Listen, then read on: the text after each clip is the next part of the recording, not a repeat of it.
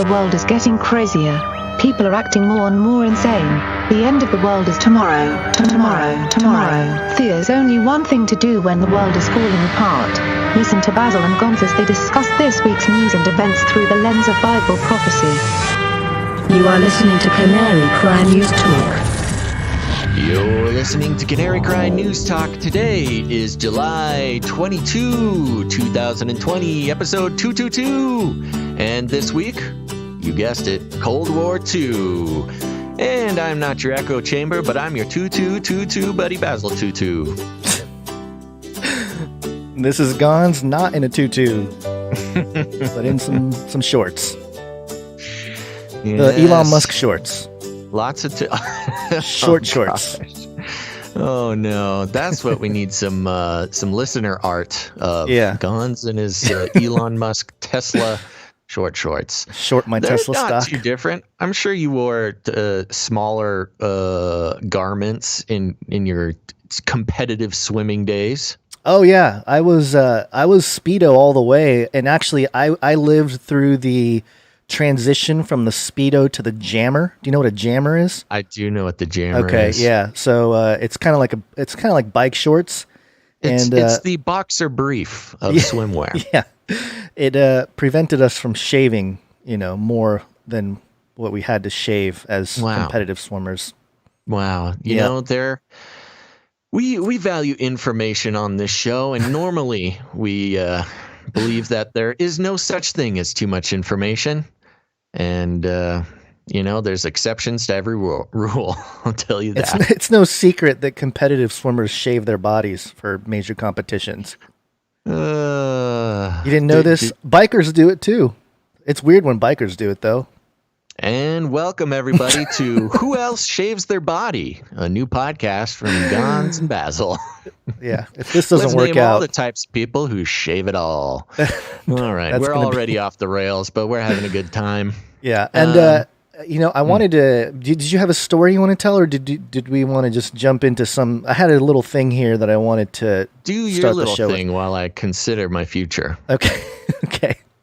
As you have an existential crisis about the podcast. Yes. I wanted to play this clip. I know a lot of people were upset that I was so mad at you, so I wanted to start things off with a little light heart. This is some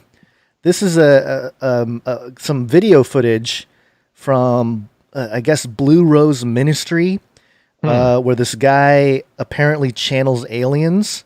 Uh-oh. And it works. The sound does justice, so if you're just listening, it's great, but you're missing out on the facial expressions of the guy. It's a 30-second clip here from an old UFO documentary, so here we go. I came across the Blue Rose Ministry, led by the Reverend Robert Short. He said for $50 he'd channel an ET for me. I will be getting in touch with my contact or my source, whose name, or let us say whose identity is Corton.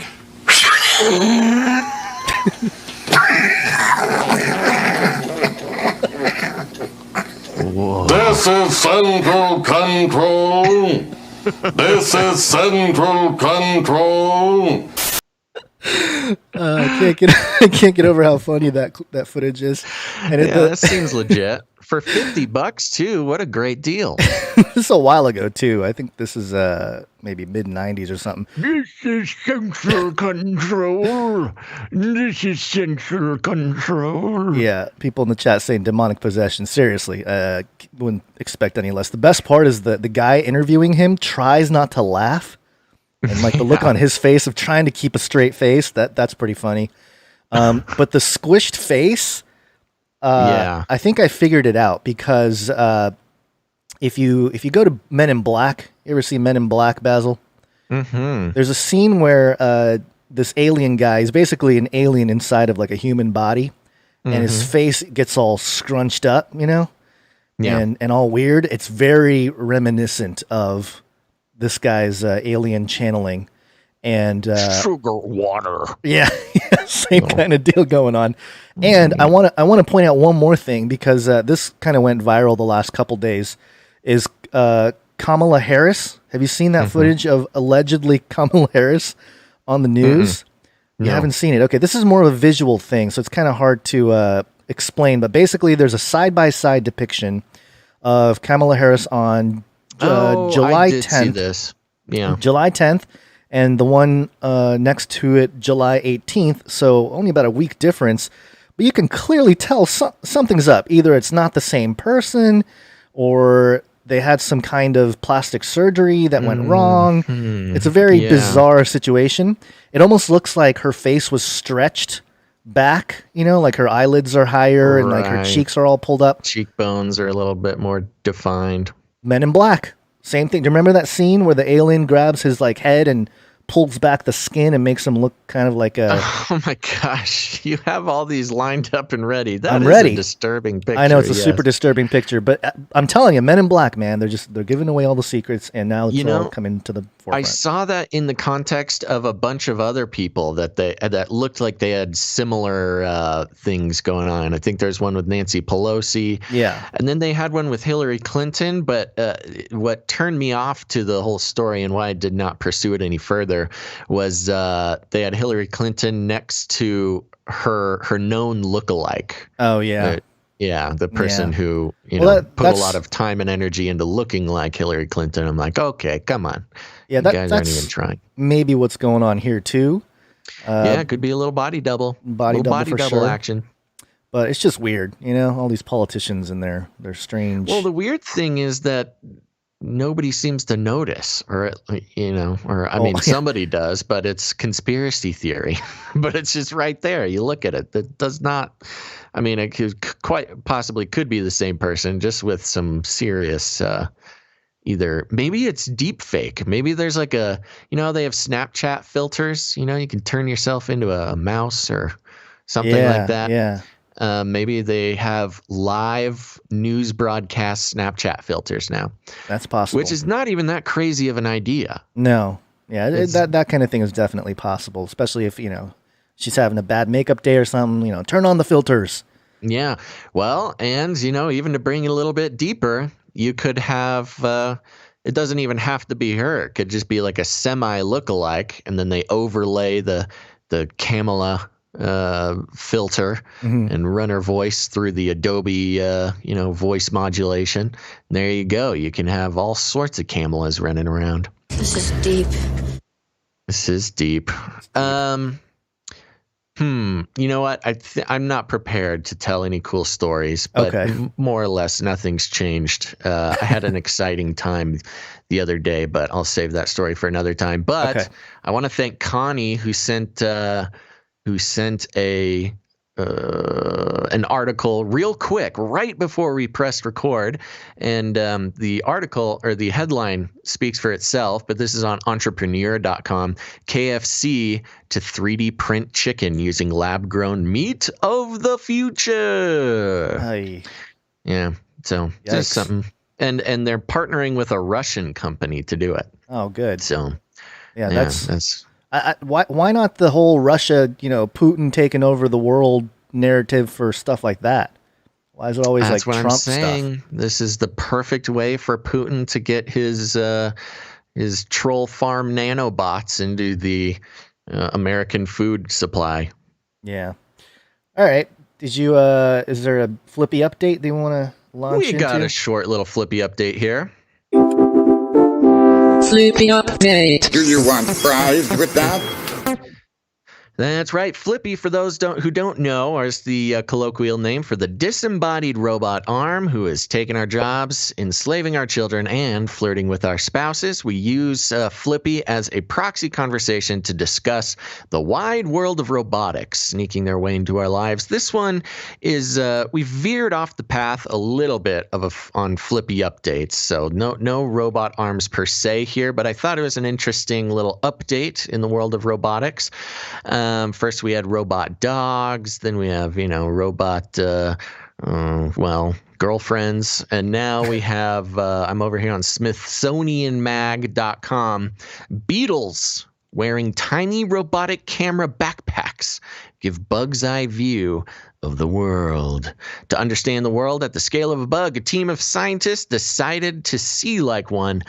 By studying the way insects' eyes and head movements, they created a tiny robotic camera to ride on a beetle's back. In a study published Wednesday in Science Robotics, researchers explain how their work tests the limits of miniature cameras.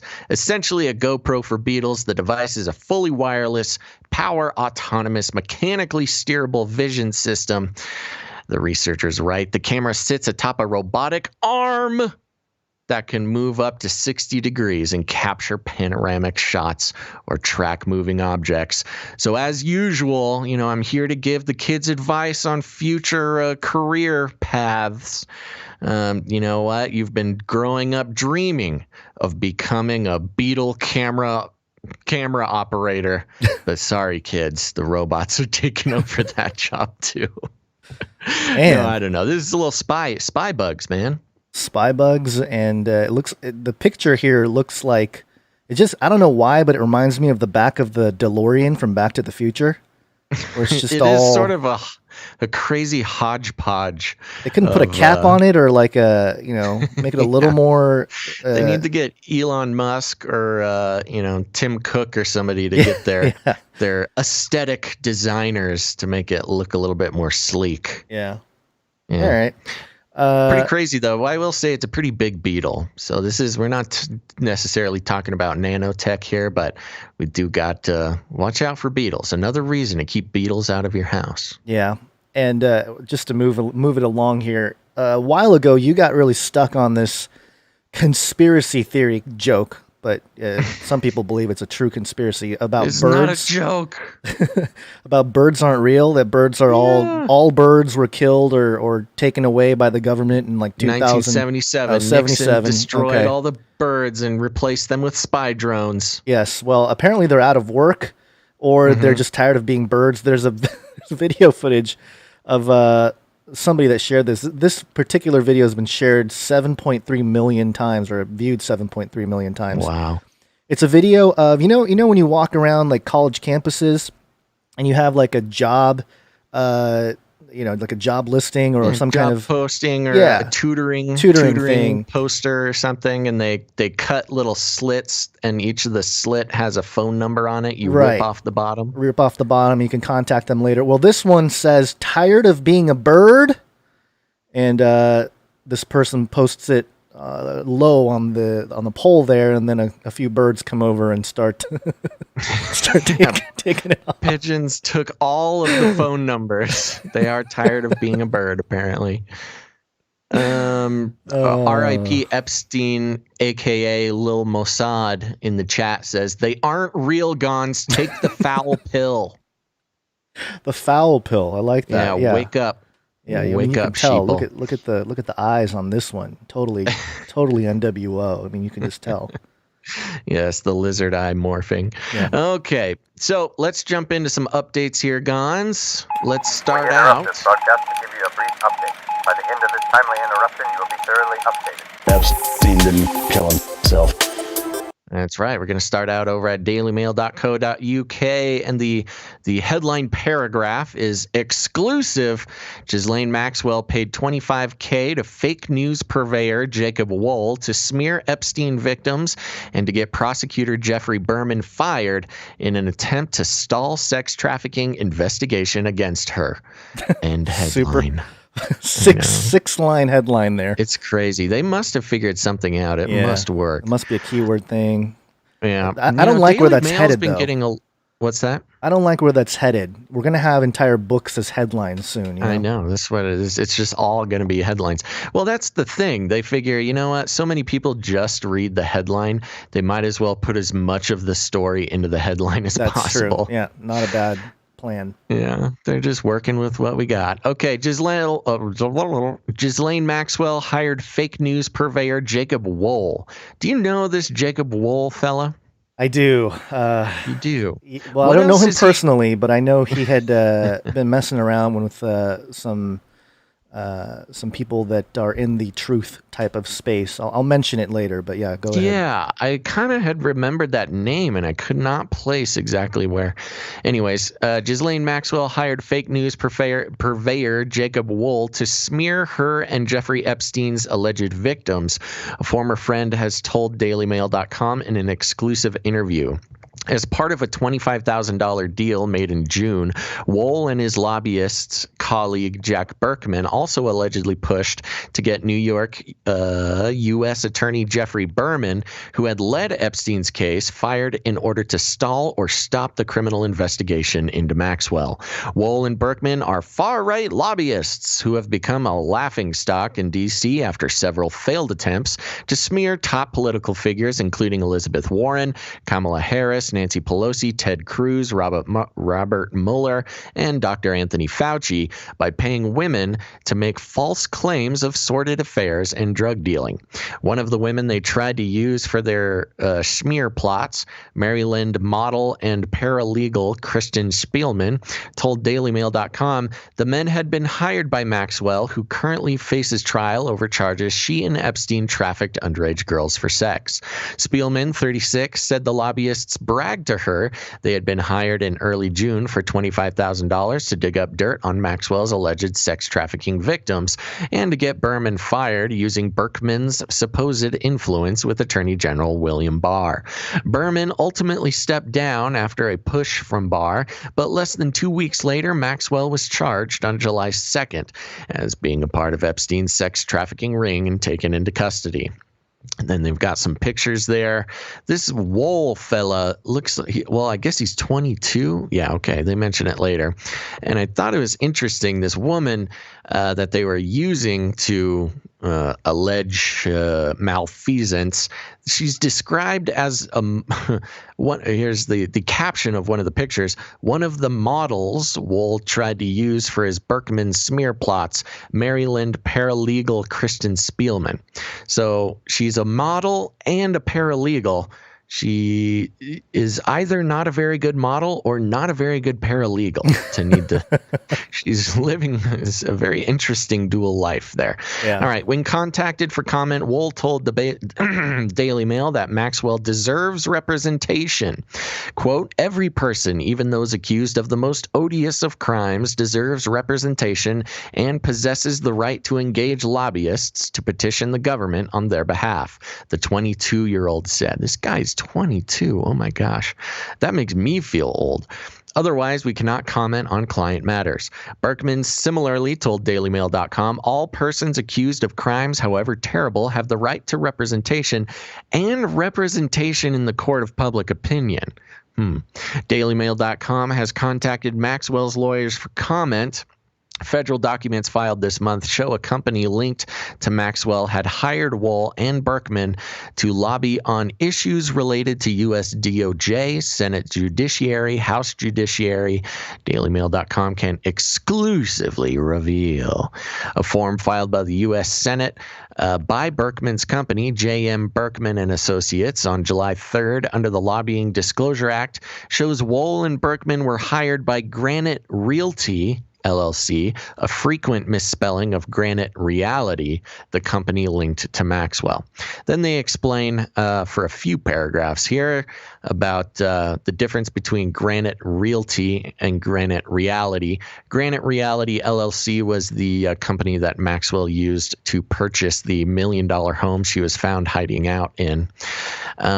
So skipping down a little bit, Spielman claimed Berkman bragged to her that he was really good friends with Barr and had persuaded him to fire Berman.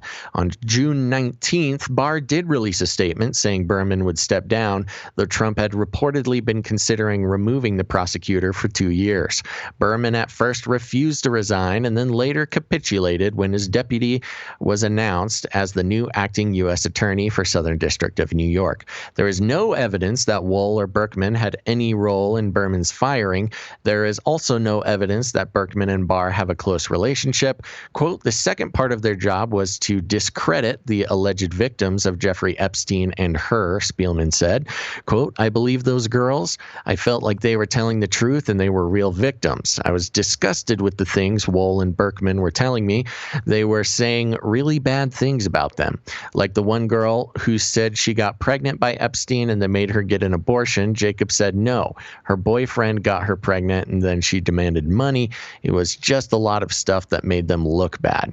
Quote, that's their job now, to discredit these victims, hopefully, so that the charges go away or Maxwell wins.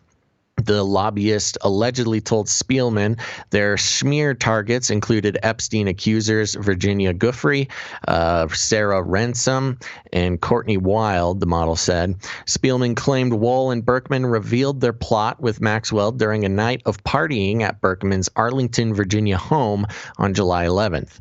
The part-time model said the two men had already spent months trying to get her involved with their smear campaigns.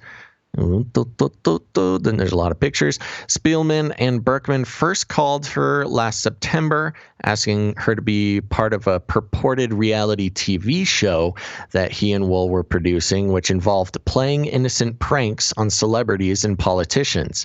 After wining and dining the model at D.C. hotel bars and restaurants, as well as dangling the prospect of a $300,000 paycheck for her role, the two lobbyists revealed their real plans, she said. Quote, at the third meeting, they totally switched things, Spielman told DailyMail.com. They said they wanted me to say I was selling Percocet to Nancy Pelosi. Oh, wow. I was pretty shocked because that's a big leap from what they had sold me on. I don't want to have that sort of reputation. I'm a paralegal. I was worried about defamation suits. I was like, look, guys, I can't do that. The model said the fake news peddlers agreed to change their plans, but at the next meeting in October, Spielman said they presented her with a statement to sign claiming she had steamy sex with married Senator Ted Cruz. Spielman claimed Wohl and Berkman asked her to read the bogus statement at a press conference scheduled the next day. Quote, I received a text directing me to a lavish fourth-floor suite. The statement said, inside was Senator Cruz clad in only boxers. After a few old fashions, I was a willing participant in a night of steamy sex. Despite his ugly face and overweight physique, I could not resist the opportunity to be with a United States senator. I was paid $2,700 for the evening. On November 30th, 2019, I received an angry call from Heidi Cruz, the senator's banker wife. She told me that I would be exposed if I ever saw her husband again. Undeterred, I met again with Senator Cruz on January 4th.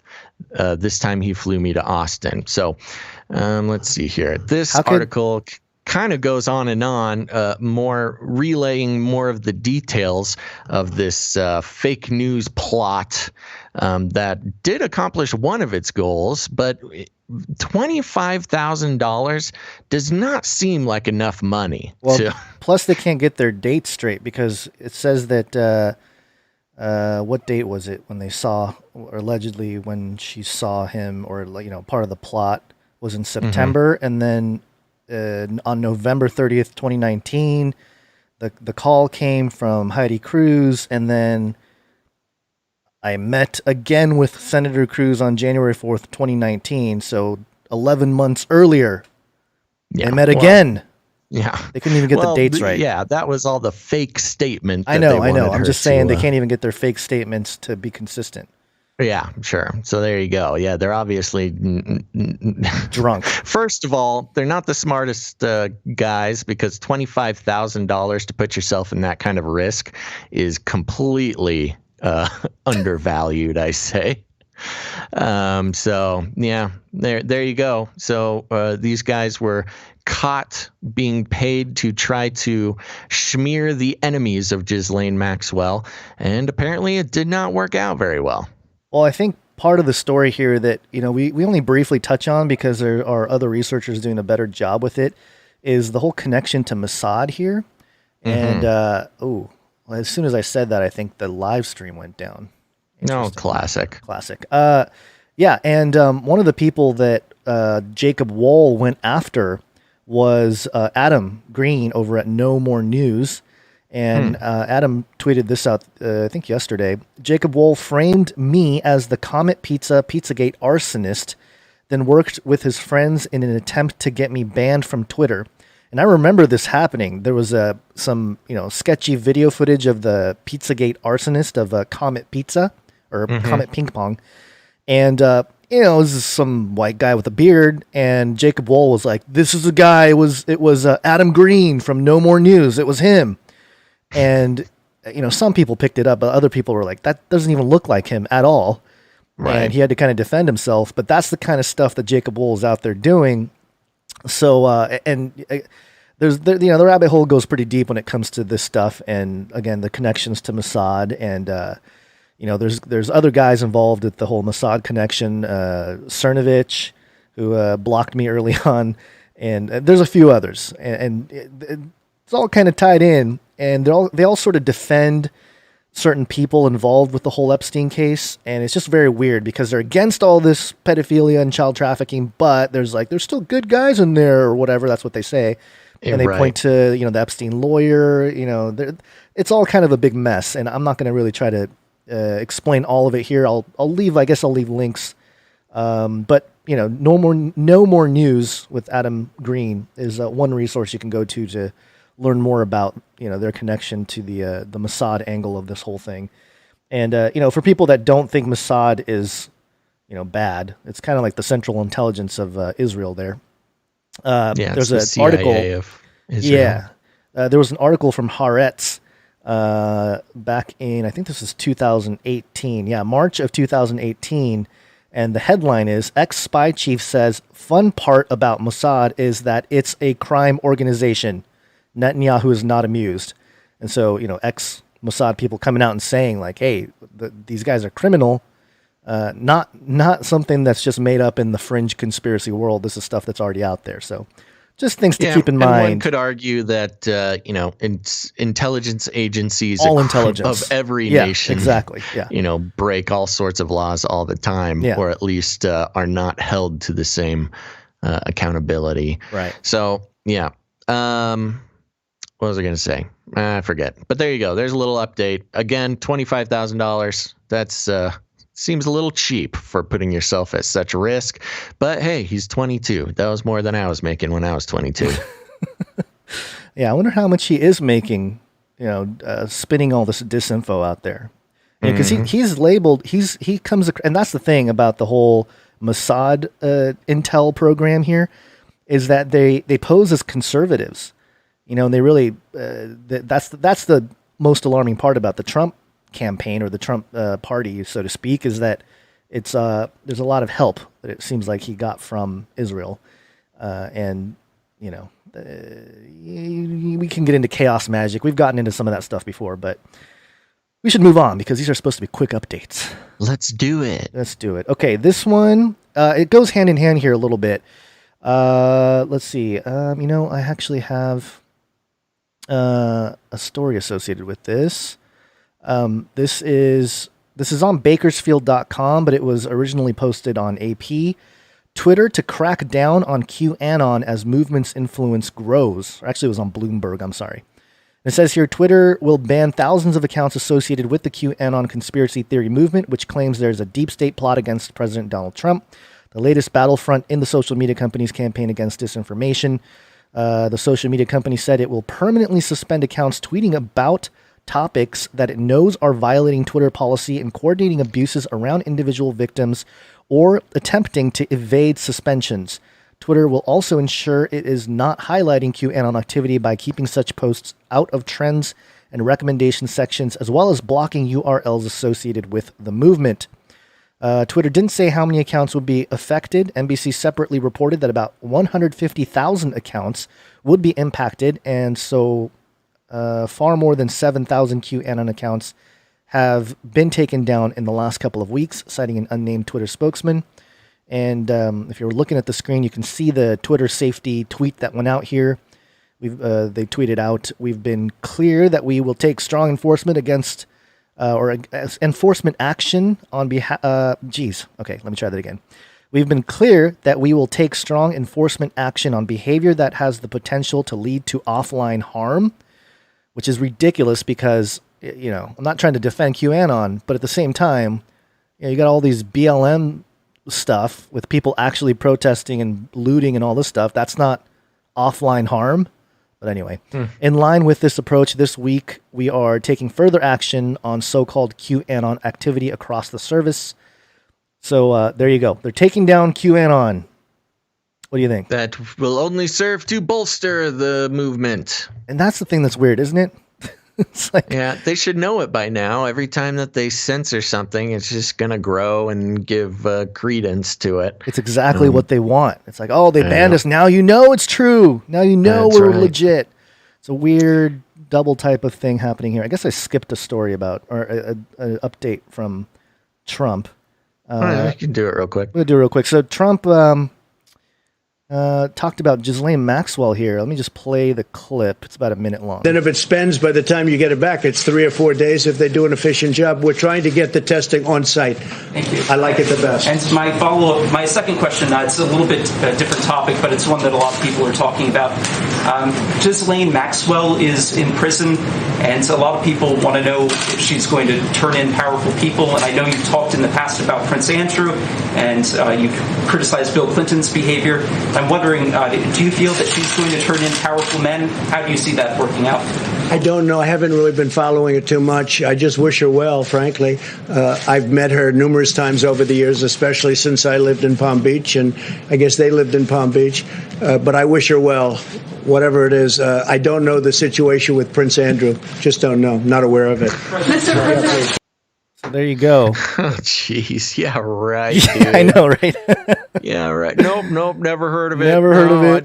I wish her know well. What flight logs I'm on. Oh, no, I don't even know what a flight log is. Never been on one. Wouldn't know. I wish her well, though. Yeah, that what a joke. That should be. I don't know. I was joking with. Yeah, he's probably. Well, you know what what he's trying not to do is give her a reason to name him in anything. Yeah, true. That could be true. Yeah.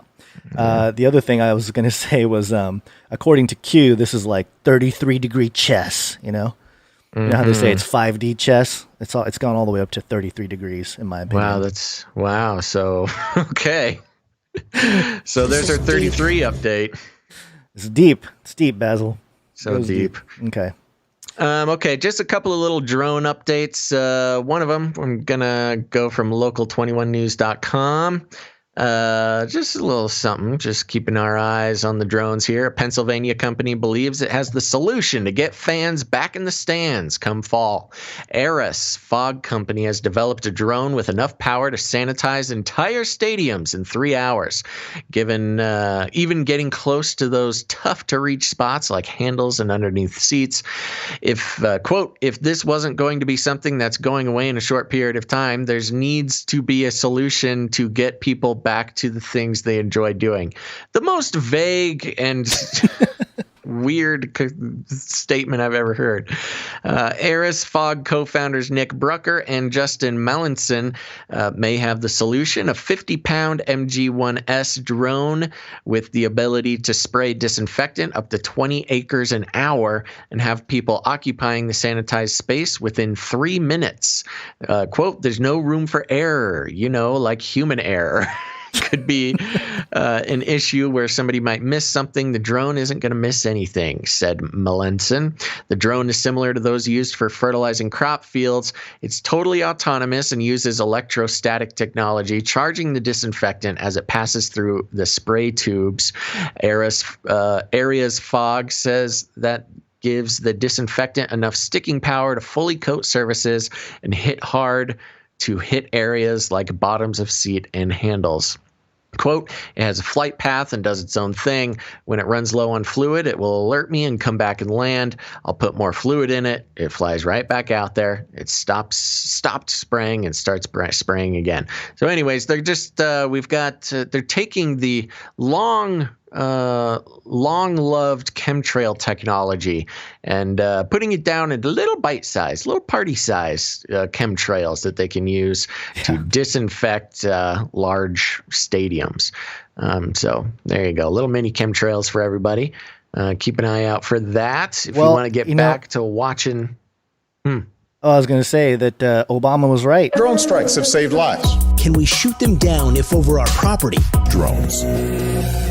Drones. Drones. And one more little drone update here. This is from nationalinterest.org. China's drones are doing a little bit of spy work over the Pacific. Ooh.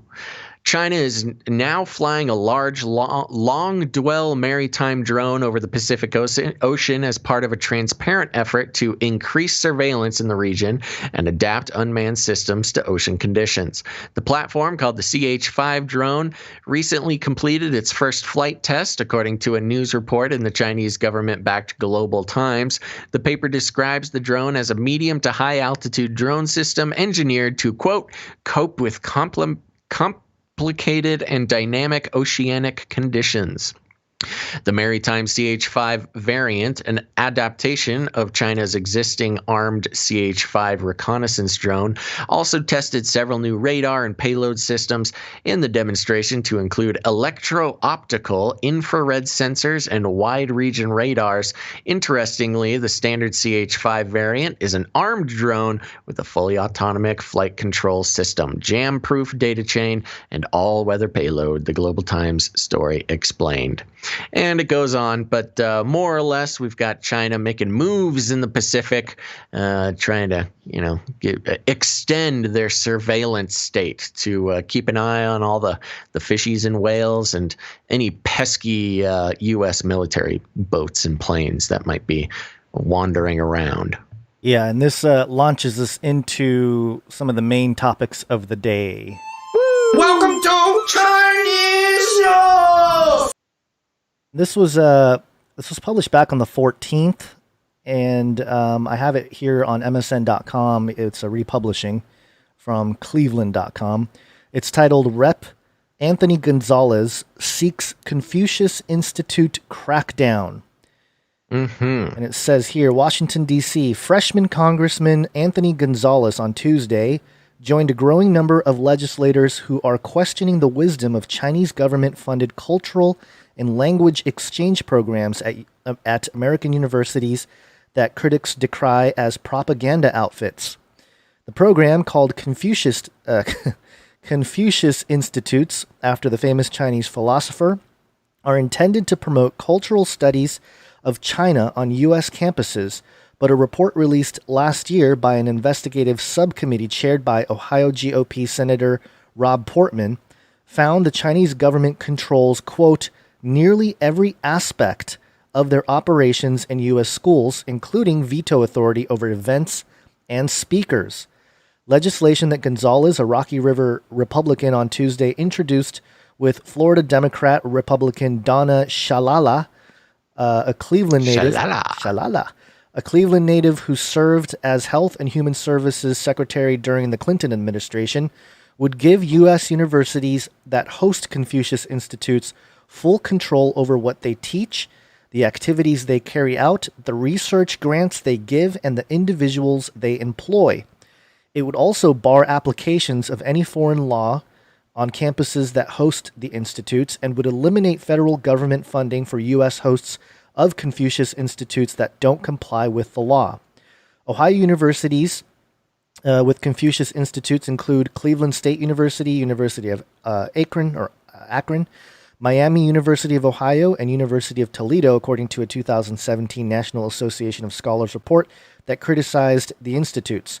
Shalala noted that the Chinese government suppresses freedom of speech, academic freedom, and other democratic values. Quote, as an educator, I understand the importance of academic independence and integrity in our institutions of higher learning, but through Confucius Institutes, the Chinese government is often able to coerce schools to follow a pro-Chinese Communist Party approach, said a statement from Shalala, who formerly served as president of University of Miami. Quote, the Confucius Act will support important cultural exchange with China while strongly protecting the values of American public higher education that have made it the envy of the world. The statement from Gonzalez said China's Communist Party, quote, has used these institutes to promote a pro-China image while actively working to steal American research and innovation and coerce our colleges and universities. It is time we hold the Chinese Communist Party accountable for their actions and work to protect American institutions of higher learning. In May, former Cleveland Clinic researcher King Huang was charged with fraud for failing to disclose his ties to Chinese universities and its government when he applied for more than $3.6 million in National Institute of Health grants. Last week, on Ohio State University, rheumatology professor and researcher was charged with grant fraud for not disclosing his commitments to China when he got $4.1 million in NIH grants and for using his U.S. research to benefit China. The Ohio State researcher Songguo Zheng, 57, was arrested after he arrived in Anchorage, Alaska, aboard a charter flight as he prepared to board another charter flight to China. When he was arrested, he was carrying 3 large bags, 1 small suitcase, and a briefcase containing 2 laptops, 3 cellular telephones, several USB drives, several silver bars, expired Chinese passports for his family, deeds for property in China, and other items, the U.S. Department said.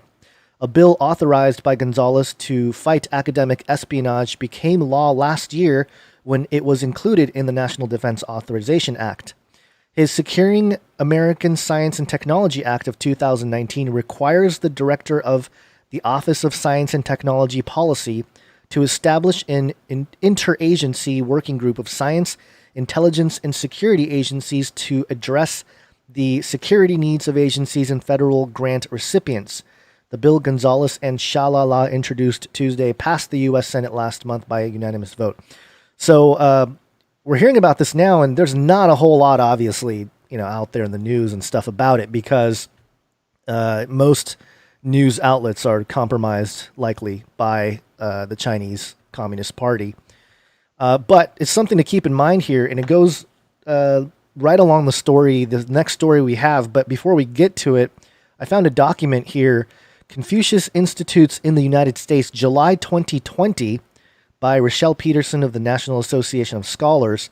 And again, the link is in the description of canarycrynewstalk.com once the episode is published. But a lot of universities here, and the date they started the programs: Troy University back in 2007, Alabama A&M University back in 2014. I'm not going to go through all of them here, but University of Arizona started it in 2007. They're actually closing their affiliation in July 30th. So in a couple weeks, they're shutting it down. University of California, Los Angeles, UCLA. That's a big one, at least around my neck of the woods. 2010, University of California, Davis, San Diego Global Knowledge University, Stanford University, big time.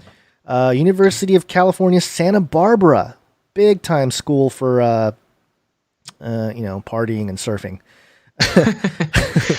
But yeah, it goes on and on. Yeah, take a look at the list there. It is quite long, and I believe it includes international schools. Well, I think it includes the associations, the Chinese Partner Institute.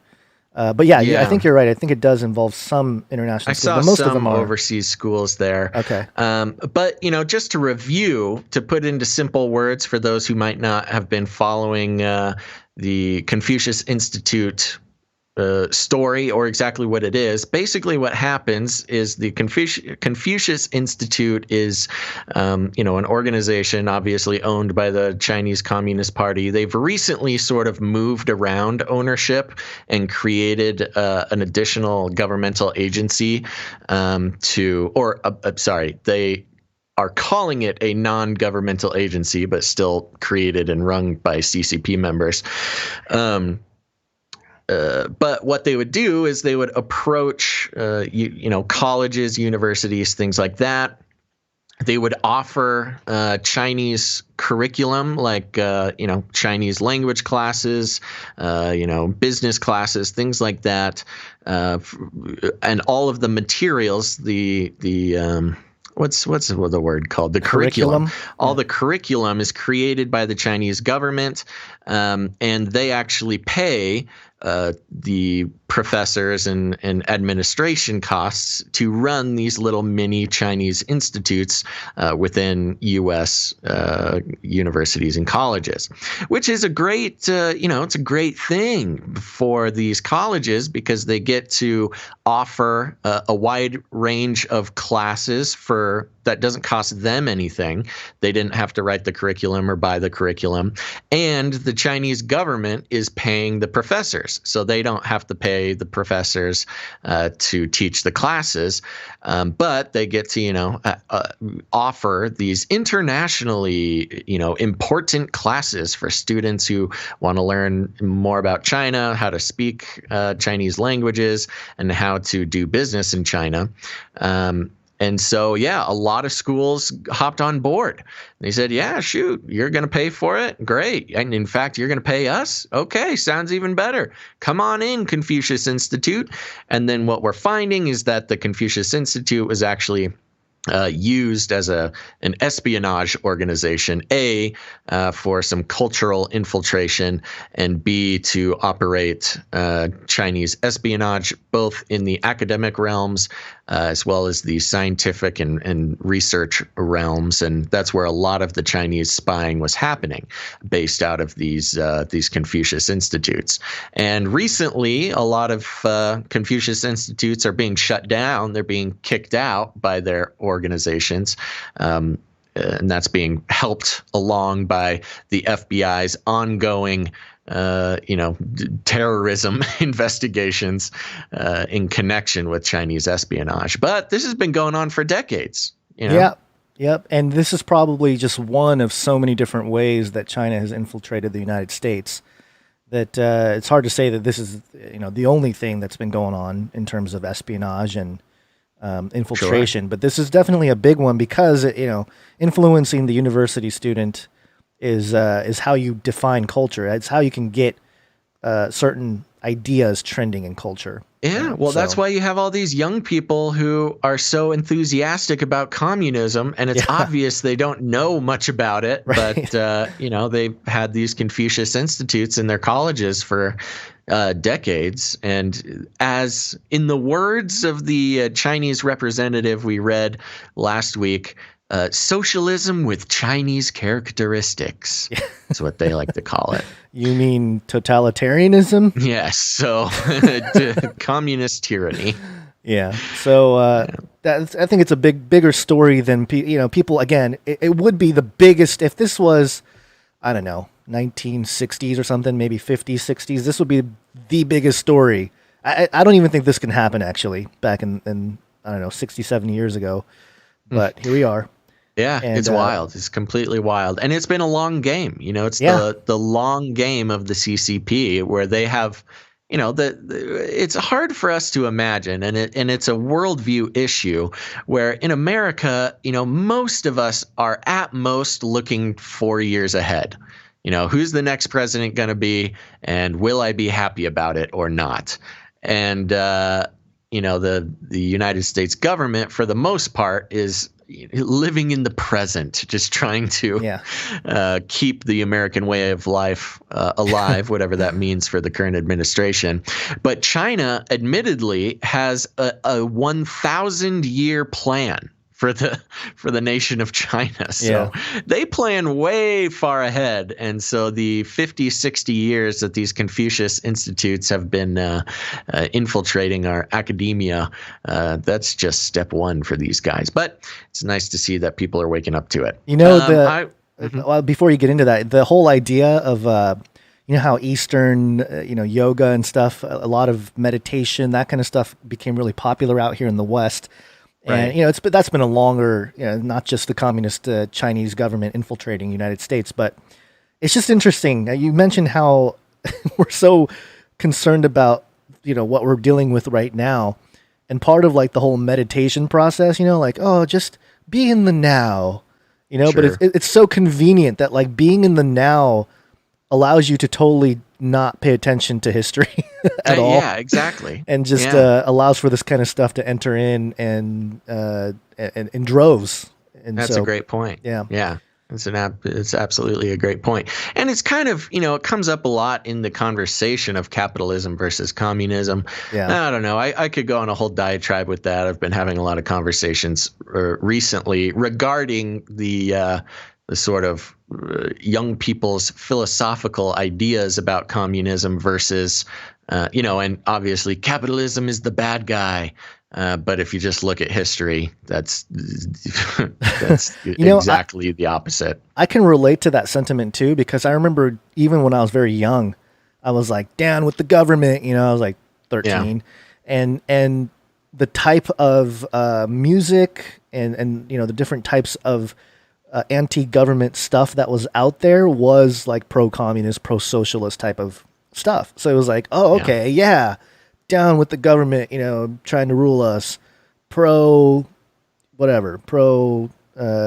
Shay or whatever. And it's easy to get there if you just don't really pay a lot of attention. Yeah, and, exactly. We were talking about this the other day, and so first of all, capitalism has done more to pull people out of poverty across the entire world, not just America, than any other system that's ever existed, and you got to give it credit for that. Are there big problems?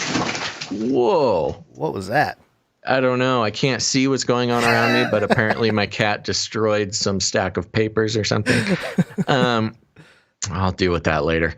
Where was I? So obviously there's big problems with capitalism that need to be sort of worked out. And, the problems with communism are myriad and obvious. Where was I going with this? Oh, dang. I had some big, cool point, but your cat distracted you. Something crashed, and maybe I forgot. Maybe it'll come back in the next story because it's still related. Yeah. Oh, is in the context of talking about the $6 trillion that allegedly is going to bring America out of the impending depression or recession. They're just printing $6 trillion and handing it out mostly to big corporations.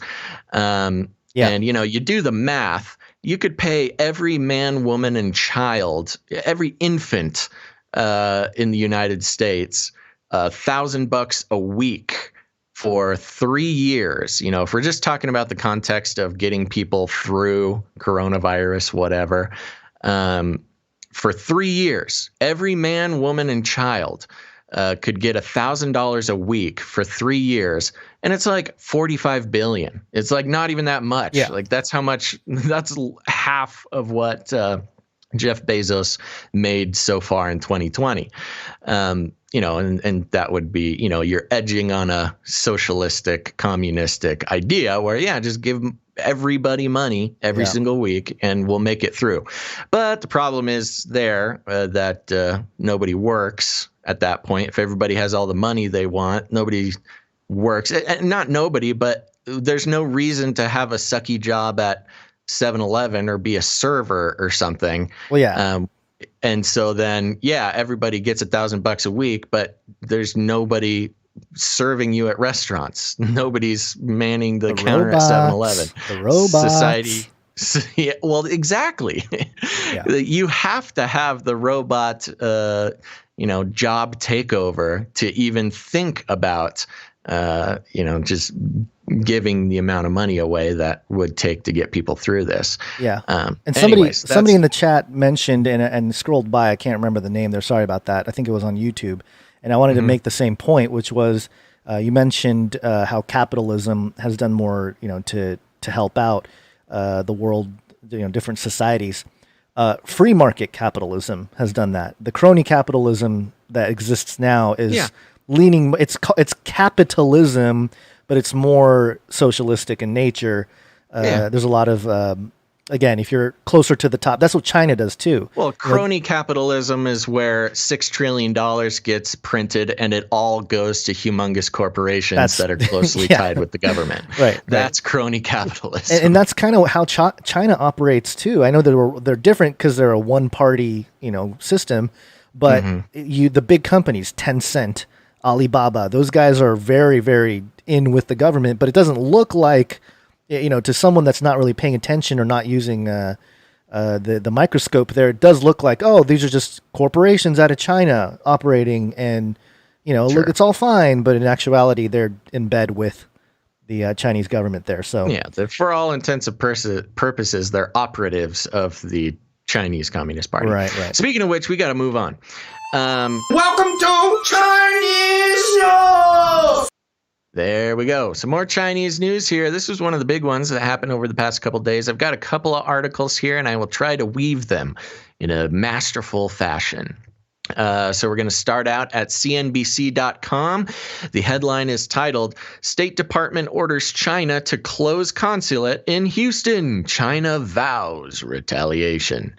The State Department confirmed on Wednesday the U.S. has ordered China to close its consulate in Houston, prompting Beijing to insist on firm countermeasures unless Washington immediately reverses its decision. The move is an escalation. Oh my gosh, this cat is... just bringing down the system here. The move is an escalation of political tension between the world's two largest economies. State Department spokesperson Morgan Ortagus said the directive to close China's Consulate General Houston was made to protect. Whoa, gosh! Typo alert. Typo. Let me try to get through this again. State Department spokesperson Morgan Ortagus said the directive to close China's Consulate General Houston was made to protect American intellectual property and the private information of its citizens. The Vienna Convention says diplomats must, quote, respect the laws and regulations of the receiving state and, quote, have a duty not to interfere in the internal affairs of the state, Ortagus continued. Which is a nice idea, but of course, consulates are basically headquarters for international spying operations on all sides. Yeah. She added that Washington would not tolerate the People's Republic of China's violations of U.S. sovereignty and intimidation of our people, just as we have not tolerated the PRC's unfair trade practices, theft of American jobs, and other egregious behavior. China condemned the wow, having some voice trouble today. China condemned the decision, warning of firm countermeasures if the U.S. fails to urgently rescind the order. Quote, the unilateral closure of China's Consulate General in Houston within a short period of time is an unprecedented escalation of its recent actions against China, Foreign Ministry spokesperson Wang Wenbin said at a daily news briefing that Associated Press reported. Washington has given China 3 days to close the consulate in the fourth largest U.S. city, China's foreign ministry spokesperson said.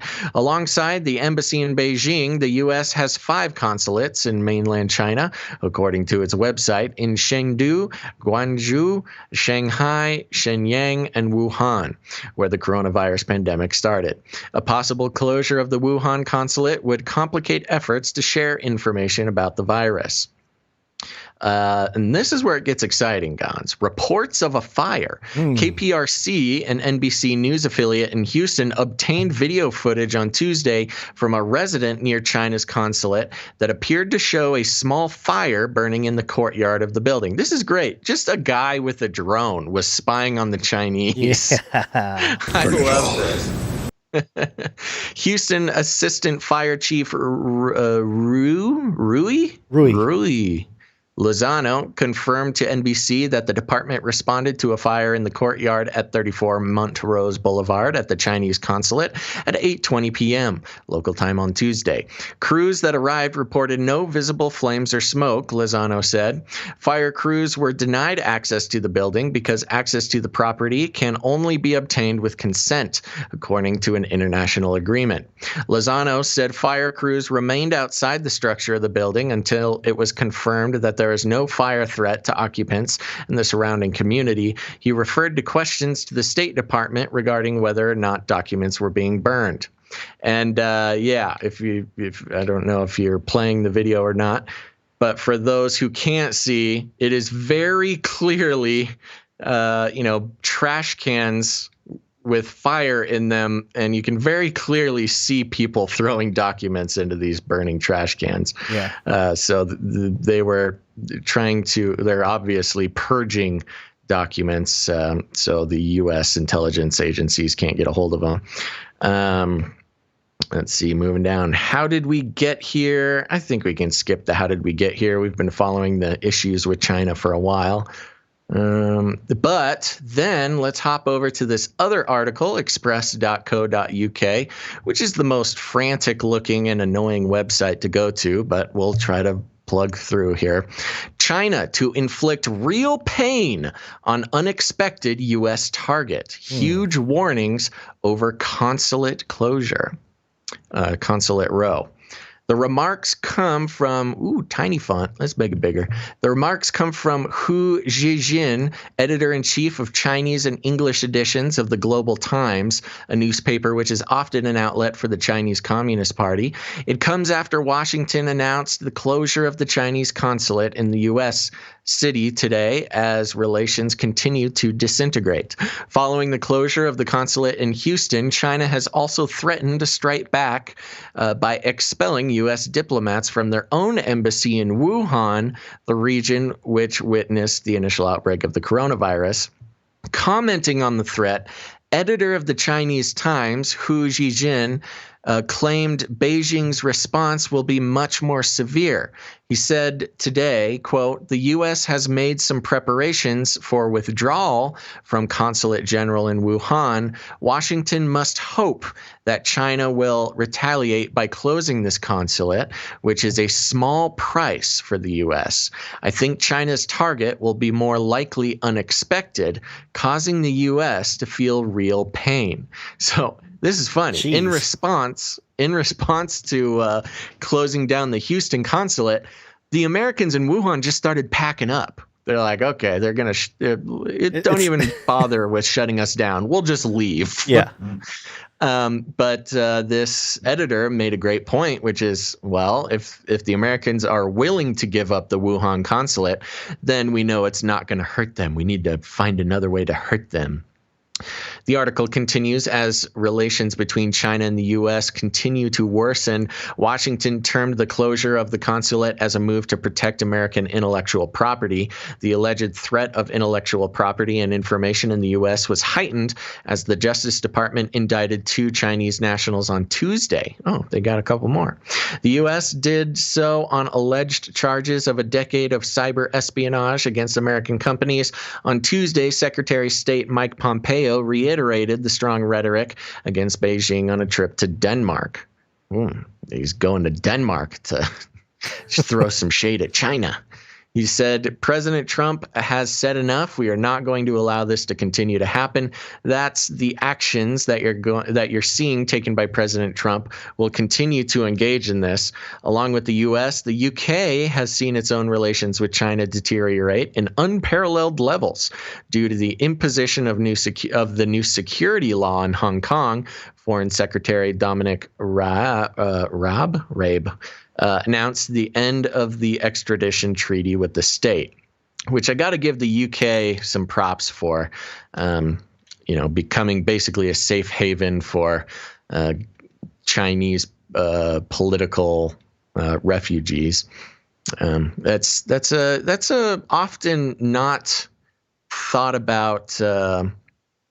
I would even almost call it a moral responsibility for the free West, if you want to call it that, to provide a place for communist Chinese to escape. I'm sorry, the anti-communist Chinese people to escape. However, of course, as is pointed out, that does open up the opportunity for infiltration. Let's see. They talk about the UK some more. Yep. Yeah, that's what we're going to do. So there we go. We've got threats of real pain on an unexpected U.S. Oh, did I lose you? I think I lost Basil. He froze. Okay, so, yeah, apparently the cat got to the internet signal over there. He's frozen on all of my inputs here for Basil. Oh, are you back? Nope. He's glitching out. The truth is getting out. He is a machine that I have created. All right. Until we can get Basil moving again. Yeah, the point here being that the tensions here rising between China and the U.S. and part of it being the reason why we named this episode Cold War 2 is because it's been ongoing. This Cold War situation has been heating up. Interesting choice of words there for me. But yeah, it's been getting worse and worse, and now we're starting to see actual collateral types of events. Hopefully not damage and, more, I guess, direct type of hits from China. I think China has been involved with a lot of the BLM movements and things of that nature to infiltrate the United States already. So in that way, I feel like they have already put America in a tailspin, and a lot of the political divisions that we have now are based on. Oh, you're back. Yeah, you're back. I don't know what happened. You I'm froze back. up. You were talking too much about China. I think they froze your microchip. They're we must shut him down. Well, that's definitely a possibility. Of course, we know Bezos. He's got nothing better to do with all that money than to mess with our connection. Yeah. But yeah, that doesn't surprise me. I wouldn't. You know what, Gons? They're not going to allow me to take my vacation in China. I missed my chance from talking all this junk. Yeah, to go see the Great Wall. Yeah, wonderful but wall. it's fun when I get disconnected from you on Skype. I get to watch how you handle it on the stream. I was watching the stream. Oh yeah, So, I should have very good started job. doing a handstand and.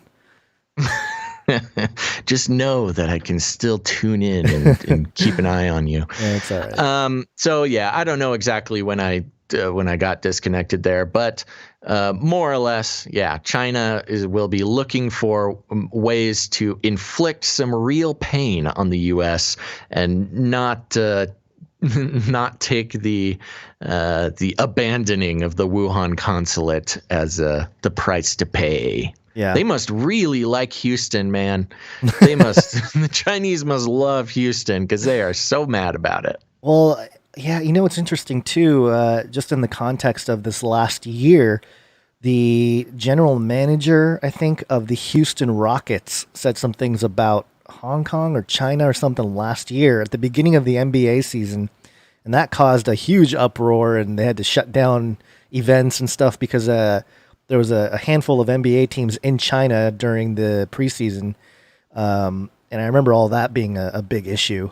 So, yeah, there's probably already some tension there, but interesting that this is all happening.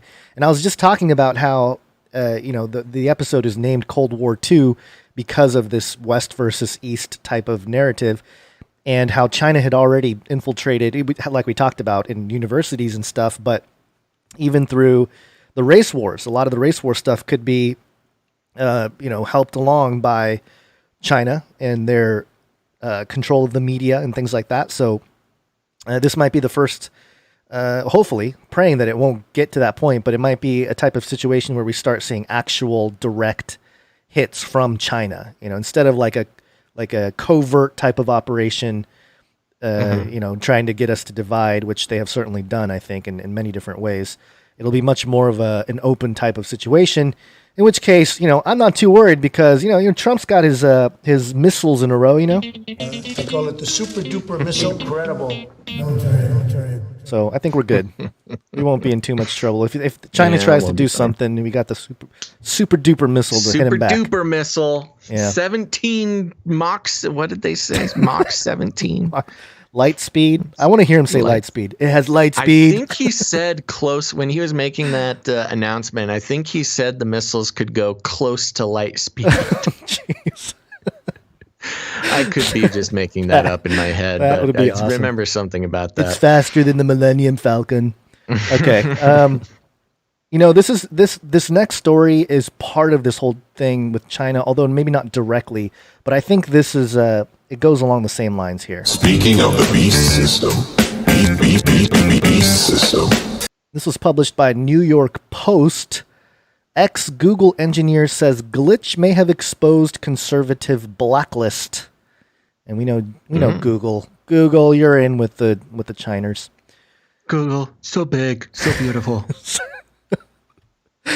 Google said it has fixed a bug that led to several conservative websites disappearing from its search results on Tuesday. Oh my goodness. But a former engineer for the tech giant said the glitch may have inadvertently exposed an internal list that targeted certain news outlets.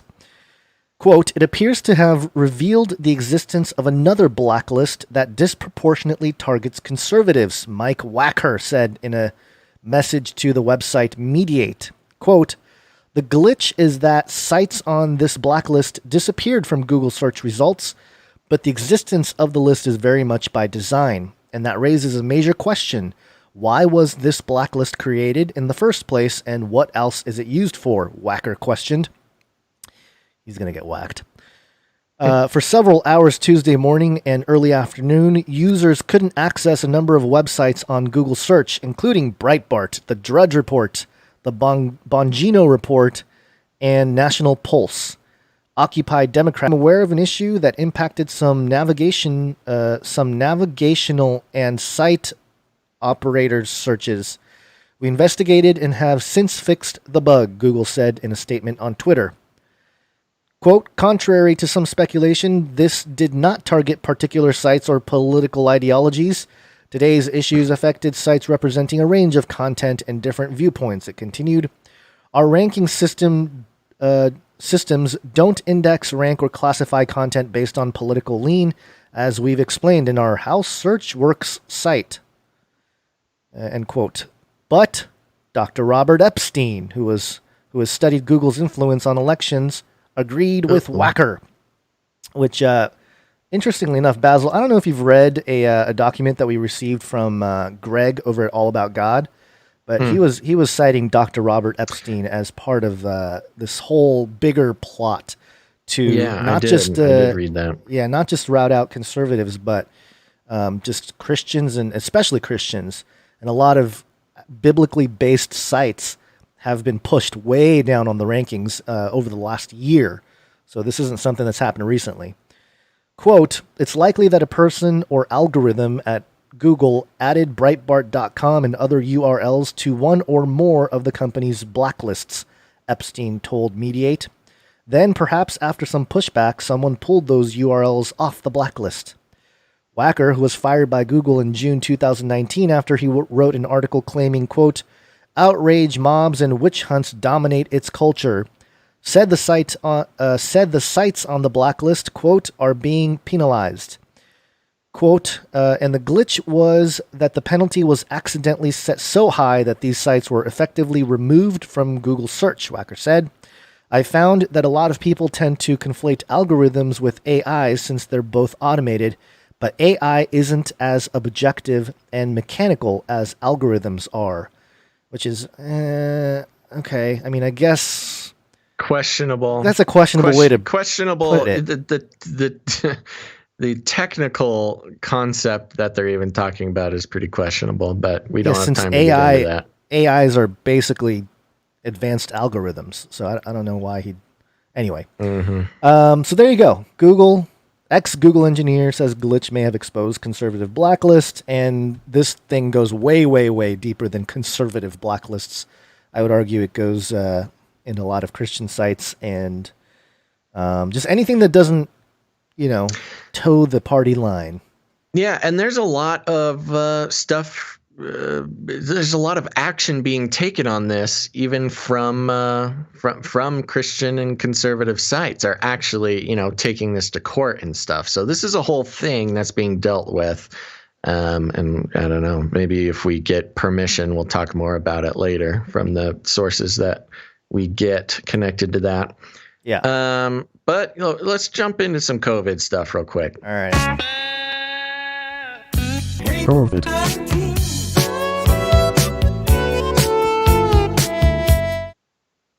Do you want to do your quick little update here? Yeah, I thought this was interesting that, and this is kind of keeping up with the beat that we've been, just mentioning along the timeline here. But express.co.uk, coronavirus astrology. Astrologers' bizarre claim COVID-19 will disappear quickly.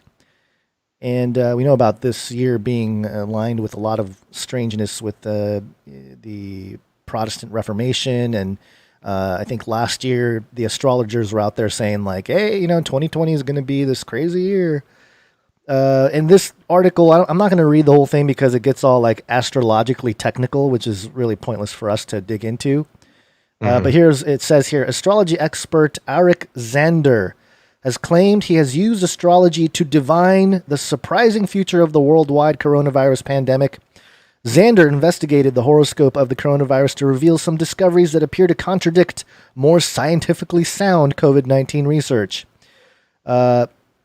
He wrote, quote, coronavirus was declared with a lot of planets in Capricorn. I see the collective south node, which represents our collective fate, in conjunction with Venus, an air planet of gas, in Capricorn, which is the sign of suffering and material darkness. Capricorn is the 11th astrological house of the collective, which is furthering the syndication of fear and the virus. And again, it gets kind of more technical and detail. And I mean, one of the great things. This is an example of sort of the collection of predictions, quote unquote, this person has. One of them is, what I really see is the disturbance with the collective economy and money. No kidding. Really? It took you looking at the planets to divine that there's an issue with that? Okay. Yeah. And anyways. Their conclusion here is, quote, we as a collective have been too lazy to change ourselves. We all know parts of ourselves we don't want to change and people who don't want to change. This reluctance to change, this stubbornness and being too attached to physicality, in addition ignoring change altogether, needs to be addressed. So let go of unhealthy attachments and know that the material world is not your source. Thank you, astrologer guy. This, buddy. Yeah, thank you. Yeah. It's funny how they get headlines, you know? I thought it was funny too. Yeah, that is funny. He got headlines, but also how he's saying it's going to disappear suddenly. There's a lot of conspiracy theorists who could have told you that. You don't need the planets to. Not even conspiracy theorists, just people. Right. Yeah. Scientists too. Wear a mask; it'll go away. Let's head on over to mysuncoast.com. COVID.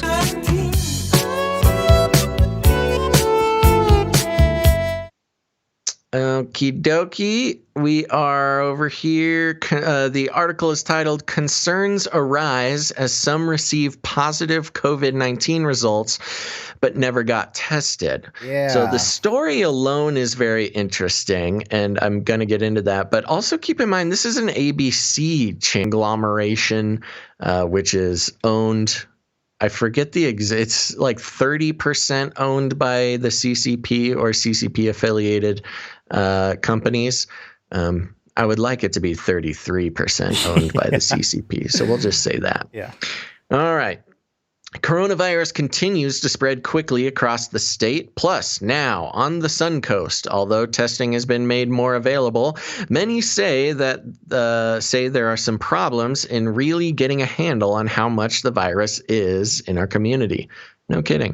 It has nothing to do with being able to get tested, but instead the results.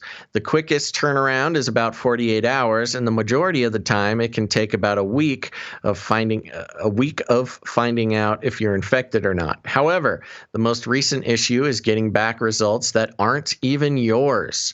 Quote, I got a call asking for me, and they told me that I had tested positive. I was like, positive for what? Then the lady said, for COVID. And I said, that's impossible. I never got tested, ma'am. Mindy Clark said. Clark had gone to the drive-through testing site at Manatee Rural Health, but before she was able to get swabbed, she left the line because she realized it was for people with symptoms only. Quote, I told them I needed to take this off my record, and they said I had to prove it to them that I wasn't positive, Clark continued. She tested negative just 2 days later and also tested negative for the antibodies. Plus, according to many of our viewers, this hasn't only happened to her. Clark says if she and many others have been incorrectly identified as positive in the state's system so easily, how accurate are the numbers that are released daily? Quote, "This is part of the testing mechanism problem. People are sitting in their cars, sometimes for hours, or standing in line." Wolfson. If Jay Wolfson says he can't wait any longer and he leaves, it will get number 15 and now get Rebecca Fernandez, who is standing behind him, and she tests positive. And then everyone from then on gets the wrong results. There has to be a better way to do this, explained Dr. Jay Wolfson, public health and medicine professor for the It's Such a Bad Time. Really? I feel ya. It's such a bad time. These last 5 months have been so bad. People don't need these added mistakes. Everyone is already so nervous and trying so hard, and these mistakes are really causing more anxiety in people, Clark expressed. The trust is real, but the disease is more real. Trust the fact that the disease is real. The data may be confusing. The state has to clean up their act, but the disease is real and very concerning. Protect yourself. Be safe out there. Be safe and be well, said Dr. Jay Wolfson. If you've received a test result but were never actually tested for COVID-19, be sure to call the Florida Department of Health and get it sorted out, making sure those results are removed from your health record in the COVID-19 database. This is very interesting. This article really took me on a roller coaster of analysis. Because first of all, it's ABC, is one of the outlets that is definitively towing the party line, the official storyline of COVID, and they have all interest in perpetuating, the types of things that are being perpetuated. So to see a headline that says concerns arise as some receive positive COVID-19 results but never get tested, that sounds like, a little bit kind of encouraging. I was like, wow, this is very interesting. They're mixing it up a little bit. And then you find out that it's not necessarily as nefarious as you would expect it to be, but then it ends with this diatribe of trust is real and the disease is more real, and trust the fact that the disease is real and it's all real. I'm so sad. I'm Dr. Jay Wolfson. Jay Wolf in sheep's clothing, or wolf in white coat. Ooh, got him. So yeah, and in the context of kind of what we're talking about with Google and search results and things like that, I think we're going to see more of these sort of questionable headlines going to repopulate people searching like, is COVID real? Is COVID testing real? COVID-19 results, wrong or something. People searching for that type of story will then be led to this article, which then gently, gently pushes them back onto the party line once they make it all the way through. So we've got some interesting, web search manipulation, not manipulation in like a blacklist or anything, but manipulation in you make an article headline to draw in the types of people you want to manipulate, and then you pull the old switcheroo on them. Well, plus one of the things that it was pointing out was how if one person leaves and gets out of line, then the next person tests positive, and then everyone after that is you're one off the whole thing. That could cause a lot of problems in a lot of problems, people's lives. But not only that, but it suggests that they need some kind of more robust ID system. It's kind of subtly saying like, oh, we need better identification methods to make sure that you're you, and we don't accidentally say that you're someone else, and blah blah blah. It's all part of the Hegelian dialectic. You got to get your quantum dot tattoo so we know we didn't mix you up with anybody else. Yeah. Yeah. All right. There you go. Okay. You can test positive even without testing. Yep. Okay. So let's move on here. We got a few more quick ones about the coronavirus. This is a vaccine update. Vaccine. This was actually published on Wired.com, but I got the paywall, so I couldn't read the Wired version. So I found it on science.slash.org. Science.slash. Yeah. I think this is, hopefully this is a republishing of it. But the article is titled COVID-19 Vaccines with Minor Side Effects Could Still Be Pretty Bad. Quote, the risk of nasty side effects in the Moderna and Oxford trials should be made clear now before it ends up as fodder for the skeptics, argues Hilda Bastian, a former consumer healthcare advocate and a PhD student at Bond University who studies evidence-based medicine. An anonymous reader shares an excerpt from her article via Wired.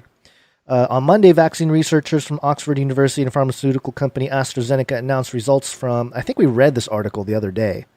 Is this the one that talks about how half the people got sick? And Yeah. Yeah, okay. Right. So this is the one we read a few days ago, where it says 1/3 of the people vaccinated with the COVID-19 vaccine without acetaminophen. Oh, that's the other thing. They were pumping these people full of acetaminophen, which of results from the Oxford vaccine trials described an increased frequency of minor side effects among participants. A look at the actual paper, though, reveals this to be a marketing spin that has since been parroted in media reports. Yes, mild reactions were far more common than worse ones, but moderate or severe harms, defined as being bad enough to interfere with daily life or needing medical care, were common too. Around 1/3 of people malaise and other feverishness. Close to 10% had a fever of at least 100.4 degrees, and just over 1/4 developed moderate or severe muscle aches. That's a lot in a young and healthy group of people, and the acetaminophen didn't help much for most of those problems. The paper's authors designated the vaccine as, quote, acceptable and, quote, tolerated. But we don't yet know how acceptable this will be to most people. What about the Moderna vaccine? Quote, according to the press release from May, there were no serious adverse events for the people in that particular dosage group, reports Wired. But last week's paper shows the full results. By the time they'd had 2 doses, every single one was showing signs of headache, chill, or fatigue. And for at least 80%, this could have been enough to interfere with their normal activities. A participant who had a severe reaction to a participant who had a severe reaction to a particularly high dose has talked in detail about how bad it was. If reactions even half as bad as this were to be common for some of these vaccines, they will be hard sells once they reach the community, and there could be a lot of people who are reluctant to get the second injection. So, I thought it was weird that, we reported on it, and then it's gone semi-mainstream with Wired picking up the story. Well, I'm looking at it. Yeah, so I was looking at it again. This isn't the exact story that we read, but it does refer to it. I want to read part of that Wired article real quick because they get a little bit into the reporting of it as problematic. And I think this is very interesting because this is something, A, that we interact with on this show, and B, everybody is going to end up interacting with as vaccines actually become available. So I'm going to skip the first paragraph, but let's hit this. As both of these groups, talking about the Moderna and the Oxford vaccines, and others push ahead into the final phase of testing, it's vital that the public has a clear and balanced understanding of this work, one that cuts through all the marketing and hype. But we're not off to a good start. The evidence so far suggests that we're getting blinkered by these groups' PR and so seduced by stories of their amazing speed that we're losing track of everything else. In particular, neither the mainstream media nor the medical press has given much attention to the 2 vaccines' potential downsides. In particular, their risk of nasty adverse effects. Even if they're not life-threatening, this sort of puffery doesn't help doesn't only help to build a false impression, it may also dry the tinder for the future spread of vaccine fear-mongering. Then there's a block quote here. If journalists don't start asking tougher questions, this will become the perfect setup for anti-vaccine messaging. Here's what they forgot Monday, where they were talking about some of the side effects. It was kind of, had some rosy cheeks on it. Yeah, it wasn't, yeah. They were trying to make it seem like, oh yeah, there's some headaches and stuff like that.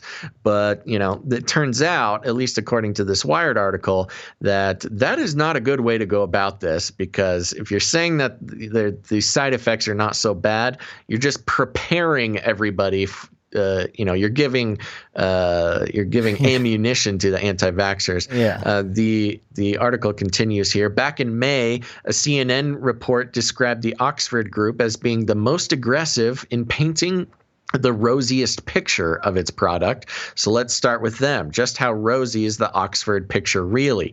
It's certainly true that this week's news shows the vaccine has the potential to provide protection from COVID-19, but there are flies in the ointment. After the first clinical trial for the vaccine began in April, for example, the researchers added new study arms in Metafin every 6 hours, referring to what you just read. For 24 hours after the infection. That's not featured in their marketing, of course, and I saw no discussion of this unusual step in media coverage in early summer. Newspapers only said the vaccine had been proven safe with rhesus monkeys and did not cause any adverse effects in those animal tests. It was a worrying signal, though. How rough a ride were people having with this vaccine? Was the acetaminophen meant to keep down fever, headaches, malaise, or all of the above? The Oxford group is also giving acetaminophen to participants in an advanced phase 3 trial now underway in Brazil, too. In another major study of the vaccine involving 10,000 people in the UK, you can't participate if you have an allergy or condition that could be made worse with acetaminophen. No mention of the extra drug, though, in the same group's trial in South Africa. Oh, of course they don't give the painkillers to the South Africans. Again, more racism in these. And I'm making a joke there, but also not really. Yeah, because they're, I've talked about how PO'd it makes me to hear when they, are so aggressive with testing on Africans. But now they're not even giving Africans the same painkillers to help with the experience than they are with the UK participants. And, one of those problematic pseudoscientific ideas that black people have to deal with in the American medical system is that when they say they have pain, they are taken less seriously and are prescribed pain medication less often for the same pain reported by white patients. So here you go. Here's another example. You got the African trials, and they're not even giving them the painkillers that the UK people get. Anyways, moving on. Journalists could have pressed them on this issue months ago. The first people to get vaccines are carefully picked to be the least likely to have a negative reaction. If the Oxford vaccine is knocking them around badly, it might not bode well for the rest of us. Don't get me wrong, a day or two of pain or illness wouldn't deter me from getting the effective COVID-19 vaccine, but I think we need to be prepared if that's going to be the case. And then it goes on doing the same thing, basically saying, hey, they are not being completely honest with the effect that these, the adverse effects that these vaccines are causing. And which is true, that's just going to give a lot of ammunition to the anti-vaxxers. Yep. People start getting these vaccines and feeling like total junk for 3 days afterwards.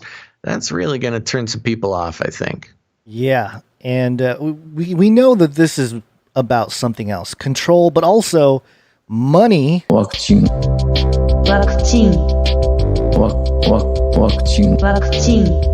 NPR.org. U.S. to get 100 million doses of Pfizer coronavirus vaccine in $1.95 billion deal.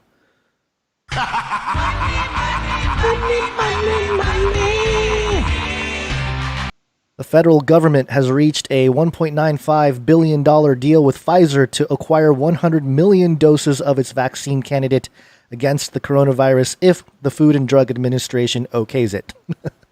The vaccine would be free to Americans, according to the deal, though healthcare providers could charge to administer services, and the Department of Defense announced the deal Wednesday as part of Operation Warp Speed, the Trump administration's push to have a coronavirus vaccine widely available by January. Which, by the way, we didn't really talk about it earlier, but did you notice how Trump's all about the mask now? He did all of a sudden he's loves like that thing. He's like, it's patriotic to wear a mask, and he's like, holding up the whole president mask. It's got my and all cool president logo on it. It's beautiful. It's the biggest, most beautiful mask. Pfizer is working on the vaccine with BioNTech, a German company. Clinical trials began in April, and Pfizer announced positive early results this week, though it has yet to announce that data have been vetted and published in a medical journal. Wait, hold on. Let me read that. Clinical trials began in April, been vetted and published in a medical journal. It's kind of worded weird, but okay. Larger safety and efficacy studies could begin later this month. Quote, if the ongoing studies are successful, Pfizer and BioNTech expect to be ready to seek emergency use authorization or some form of regulatory approach as early as October 2020, the company said in a statement. AstraZeneca, Johnson & Johnson, Moderna, which is that company we were just talking about with all the vaccines having issues, and Novavax have already received large contracts as part of Operation Warp Speed. Though Operation Warp Speed, through Operation Warp Speed, we are assembling a portfolio of vaccines to increase the odds that the American people will have at least one safe, effective vaccine as soon as the end of this year, HHS Secretary Alex Azar said in a press conference. The agreement also allows the government to acquire an additional 500 million doses of the Pfizer vaccine. 500 million! That's too many millions! We got to inject people twice. Concerned about price gouging, U.S. Rep. Jan Schakowsky, Democrat, Illinois, asked vaccine manufacturers at a House Committee on Energy pledge, of course. AstraZeneca said its existing deal with the federal government stipulated that it would sell 300 million doses to the government at no profit. Johnson & Johnson said it would provide its vaccine at a not-for-profit price during the pandemic. That'll be interesting. What if they call off the pandemic? And they're like, oh, it's no longer a pandemic because we have the vaccine. And then all these guys can make all their money. Pfizer did not make a similar statement in its announcement on Wednesday's deal, and Schakowsky noted that the company had previously said it would sell its vaccines for a profit. Quote, we recognize that these are extraordinary times, and our pricing will reflect that during the term of the pandemic. Pfizer's chief business officer, John Young, said during the hearing, quote, we'll price our potential vaccine consistent with the urgent global emergency that we're facing. And secondly, we also believe, and critically, that COVID vaccines should be free to the public. A vaccine is meaningless if people are unable to afford it. He applauded the CARES Act, which he said would allow many patients to get the coronavirus vaccine with no cost sharing. Quote, we'll see what that means, Schakowsky said. So there you go. Millions of doses for free. Woo! For all Americans. Thank you, all you science people. And yeah, it's interesting. Trump's numbers began to fall recently, specifically because people cited his response to the coronavirus thing, and it seems like he's trying to make those numbers back, pre-purchasing way too many.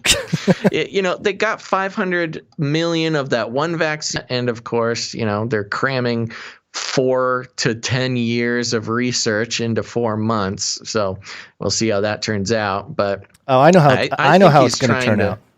It will kill. Think he's trying. Yeah, exactly. I think he's trying to flip his numbers for the election coming up, trying to get the the Republicans who are buying into it to get back on his side there. Yeah. So, Gons, we have this flashback here. I think that's kind of an evergreen, and I think we should move it to next show. Okay. Yep. That's a good idea. Sake. Do you want to read do you want to give him the headline though? Yeah, sure. We'll do a little teaser. This will be a flashback from Forbes, and the article is titled "Why the Who Faked a Pig Break." It's break time. Come on, take a break. I think we went a long time without a break. I know. Okay, everybody, we're going to take a quick break here, but don't go anywhere, because after the break, we've got a report on each and every lovable member of the four horsemen of the Technocalypse. You're going to want to keep up with them. Some very interesting UFO comments from Marco Rubio, and we'll see what we can get to after that, but also some welfare workers wearing some very suspicious T-shirts that actually got some of them fired. So we will get into that right after this break. Don't go anywhere. So let's do this, because what we want to do is thank, first of all, some of our new Twitch followers. Gons, are you ready? Yes. Give me one sec. Okay, here we go. Yep. Got you got it. You're ready. I want to thank these Twitch followers because we've been trying to build our group over there on Twitch. It really helps us out when you guys go and follow us there at twitch.tv/Canary Cry Radio. But not only does it help us out, and that's really true, it really does. So thank you. That's why we thank these people. But also, Twitch, as far as a platform goes, has been pretty kind to us compared to the way that YouTube treats us.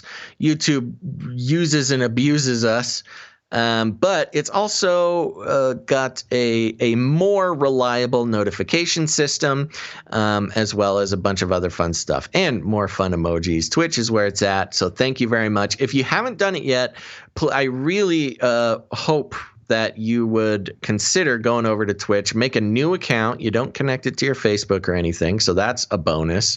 But make sure to turn on notifications, because the way YouTube has been treating us, we don't know how long we're going to be there. There you go. You need a backup. It's good to have a backup, because notifications don't go out on YouTube very often. But so I want to thank some of these people here. First of all, Gons, I want to thank Enoch223. Ooh. Yeah. It's like backwards 322. Yeah, exactly. We've got Brain Chips Ahoy. Thank you, Brain Chips Ahoy. I feel like that one's existed before. Maybe. And also, I think Didymus1979 gave us a little double follow, but thank you anyways. Random Thoughts 59. Girly 89. Girly. USCG Mom. Thank you, USCG Mom. And now we've got an organic Twitch follower here coming in to say, see what's going on. And the name gives it away. Demon Wolf Lore. All right. Yeah. Welcome. Ominous, but I think he's an organic Twitch user, so that's always nice. We got PC Nihongo. Ooh, Japanese. Yeah, PC Japanese. Undeterminable. Thank you, Undeterminable. We got Bilot 52. Below. This one's great. Loving this one. Basil's favorite cat. Thank you, Basil's favorite cat, for the follow. Little Bunny Flu. Yeah, J Wolf Twitch. And those are all of our new Twitch followers. Thank you guys so much for helping us out. Let me reload, make sure I didn't miss anybody. Nope, got them all. Okay, and if you guys want to shout out on the show, please consider following us at twitch.tv/Canary Cry Radio. Turn on notifications. It's a good time over there. They got the best chat, too. All the cool kids are over on Twitch. And Gons, we're going to be smushing together our 2 breaks today. So I think it's time we thank some producers. Yes. And also grieve. Let's do it. What? I said, and also grieve. Oh, grieve. Yes, we do have some grieving to do. Yeah. So, for those who don't know, we're on the value for value model, which, to put it simply, we don't believe in advertising. We believe that that's part of the economics of this world that have caused a lot of problems and have has put the truth saying in jeopardy. Once you start taking advertising, then you tend to want to not lose those advertising dollars, and you start to edit your message to keep Swiffer WetJet's money in your pocket. But we decided a long time ago that's not how we want to do it. We don't want to be beholden to the economic structures of this world, and we used to ask for donations, but that's really not the truth of the situation. They're not those who don't donate or help support the show are not just generous people who appreciate the work we do. This is the real world, baby, which means if you help pay for a production of a piece of media like this, you are a producer. So we want to thank some of our producers here at patreon.com/CCNT. If you want to become a producer, you can also head to patreon.com/CCNT. Now, here's the sad part, the grieving that we must do over the past few weeks, and it is tax month, so we're giving everybody a little bit of a break here. But over the past few weeks, not a lot of producers. And I got to say, over at patreon.com/CCNT, we have 0 new producers this week, Gons. Yeah. Last one was Treasure Cat back on Monday there. So we have no new producers. Very sad. And so in that case, I thought, well, let me go check the other Patreon account, patreon.com/CanaryCryRadio. And what do I see there? I see 3 deletions since last show, which is also very sad. So not only do we have no new producers, but we had a couple people jump overboard there. So, yeah, I don't know. Did we say something bad? Did we offend somebody? Did we speak too much truth? What's the deal? Maybe I got mad at you and people got mad and they... Yeah, they say, don't be mean to my friend Basil. I'm going to take all your money away. Yeah. But there you go. That's the way it is. The people, for whatever reason, and who knows. Like I said, it's tax month, so it's a little bit of a more difficult month for everybody. So we feel you there. But yeah, nothing to report on the Patreon accounts. That has never happened since the beginning of us doing these live streams. Yep. But for those who don't like Patreon, we have canarycryradio.com/support. canarycryradio.com/support. That's right. For those who don't like Patreon, that's okay. You can head to canarycryradio.com/support. We got PayPal options there, monthly subscriptions, as well as one-time support amounts for those who are not big fans of commitment. But that's a great way to support us as well. And there's some cryptocurrency. Gons, please tell me somebody came in on the support page. Yes, we actually did get a new producer, or a one-time producer support, and it was from Daniel. So thank you, Daniel, for not making it an empty show on the support section. Okay, I feel a little better. Thank you, Daniel. And in addition to that, we received 49.4 XRP tokens. That's cryptocurrency from probably the same source that we've been getting our crypto from, but we'll give a gong Thank for you that very one. much. XRP, what's that sitting at nowadays? Oh, it's 19 20 cents. Yeah, something like 19? that. Yeah, okay. Yeah. The all-time high was $3.20 something cents. Oh, and we gotta get there, it's man. the banker's coin, man. I'm not a huge fan of XRP, but hey, if you're gonna support us with XRP, is that Monero? Oh, that's Ripple. No, that's Ripple. That is. Yeah. Or no, Ripple is the company that issues. Anyway. Yeah. Got it. Okay. No nights, no jingles. Okay. No nights, no jingles, short break time. Maybe we should just sit here and waste some time as punishment. We can either spend the time reading out producers' names, or you can hear me read the back of a shampoo bottle during this time. You choose. I'm just kidding. So thank you very much, Daniel. And yes, we understand things are tight for everybody. But I will say, keep in mind, though, it's a value for value model. So if you get value out of it, you have the opportunity to put some value back in, because that's the only way it keeps going. There's only so long we can go without people helping produce the show. And we hope, that the Lord blesses you all and you feel led to help keep the show going. So thank you guys very, very much for considering that. And I think once we get out of July, I think some people will have find it in their heart to help support the show. But there's other ways you can help produce the show. We've got art. What do we got? We got art. Yes, we have producers who create art, very talented people, art related to the show specifically. And what do we got today, Gonzo? We have Gazel and Bonds sending us another piece of art here. Let me make sure. Gazel and Bonds. Allie, thank you very much, listener. Allie. She sent us 3. I'm only going to show 1 for this episode here, but it was... we're going to save some, huh? We'll save some. And this one is a picture of Monty, a hand-drawn image of Monty. Okay, let's take a look. Hold on. Let me get over to where I can see what we're doing here.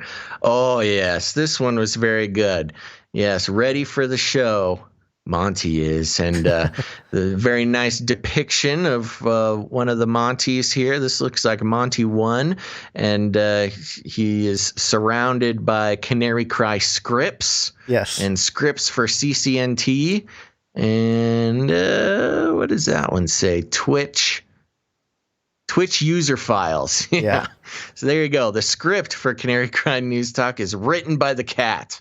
And so we're very grateful that he takes the time to do that. And thank you very much, Gazel and Bonds, a loyal listener and producer, producing all sorts of good art. And to keep the show a little shorter today, we're just going to show this one. But trust us, we will be showing the rest on Friday. Yes, and I believe we have another one here from, which one was this from? I think this was this Garrett? I think it was Garrett who sent us a series of artwork. Oh, yeah. Yes, it was Garrett. Thank you very much. Yeah, these are cool. Garrett, he's been doing some art here and there for us for a little while, but we haven't actually been showing the art live on the show for a while. This one's great for those who are just listening. It's a sort of a shadowy masked figure wearing the mask with a sort of a retro style green, purple, red, and black all-seeing eye on the mask there. And at the top is the word resist. So resist we much. Thank you very much, Garrett, for that. And the last one we have here is from X 4.0. And this one was actually sent to us live during the show last episode, because I went off on you, Basil, and I got a little upset at you, and somebody just took that as inspiration and created art. And it's this was great. I loved it. Was waiting for us in our inbox when we got off the show, and this is we talked about 28 Days Later, the zombie movie, and of course you being irritated that I had stalled the show for 38 minutes. So we have here a picture. Do you have it up there? I do. It's up. Okay, my stream's a little bit behind. Yes, it's a picture of Gons.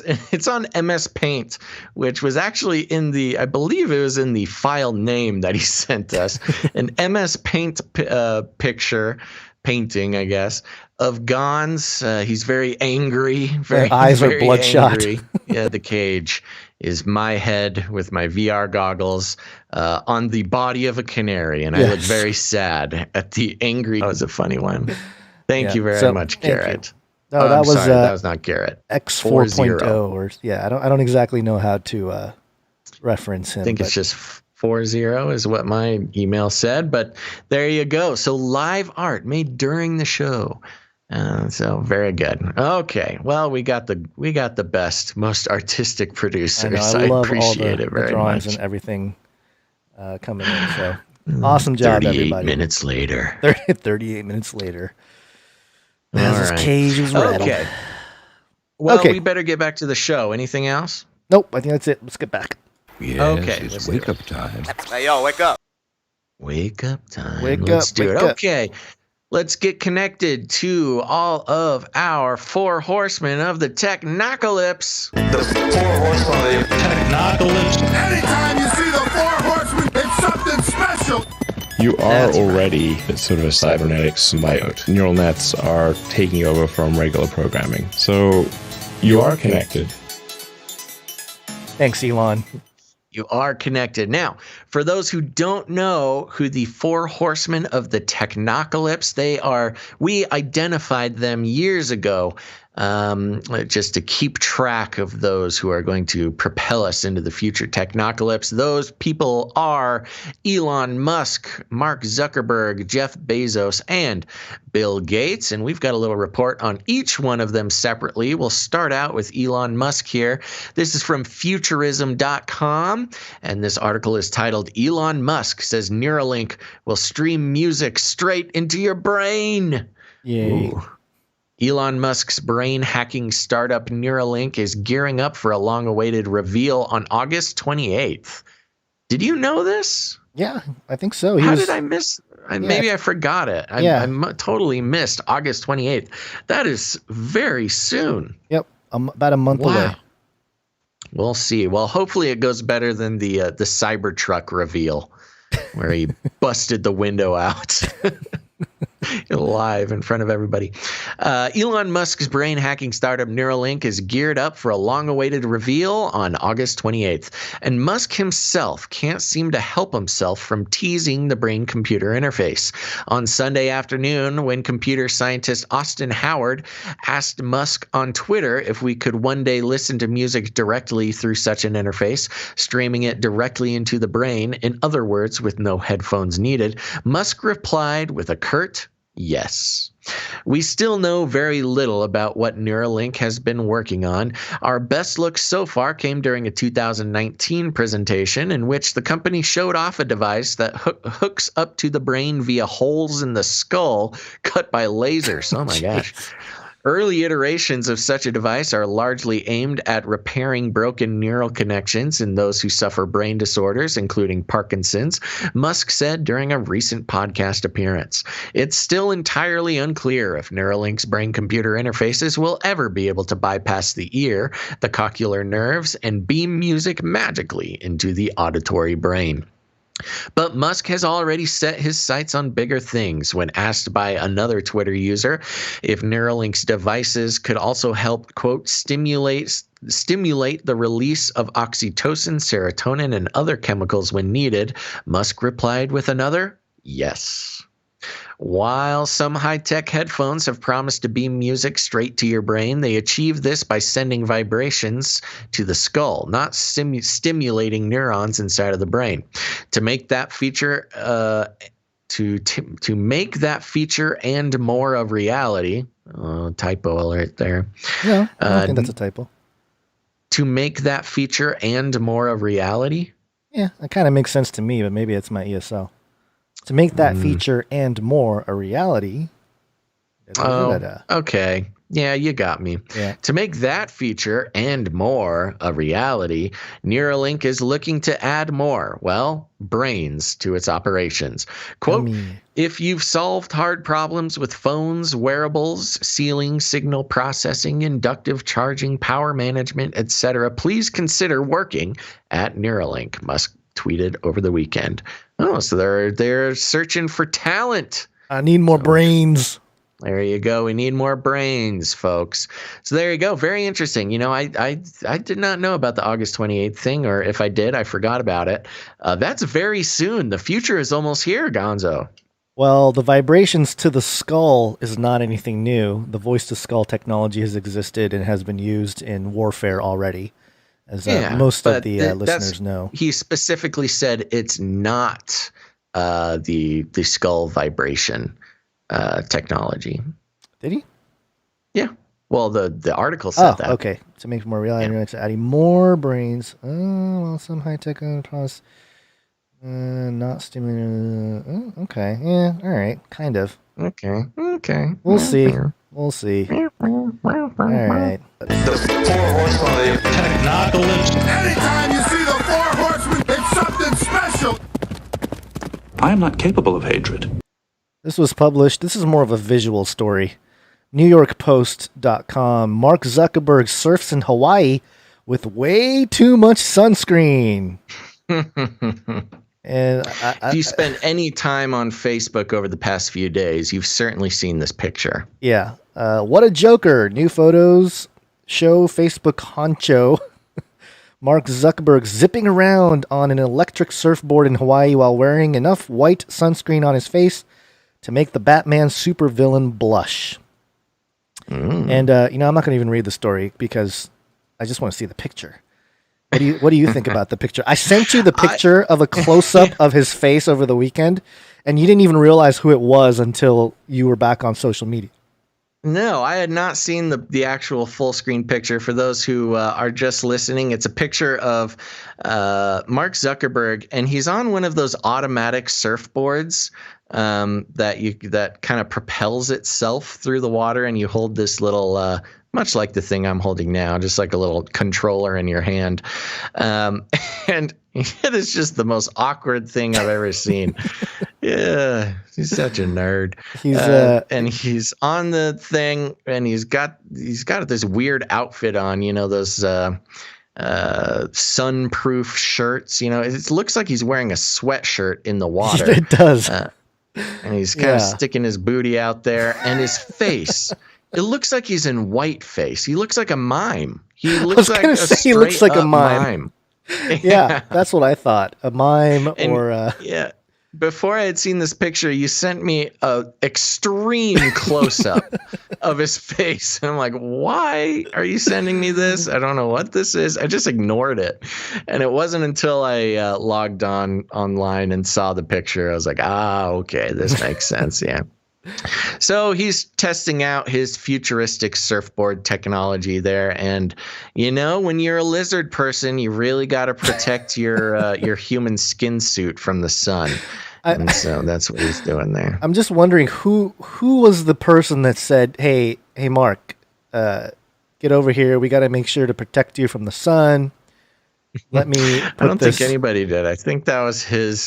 This can only be the choice of an antisocial,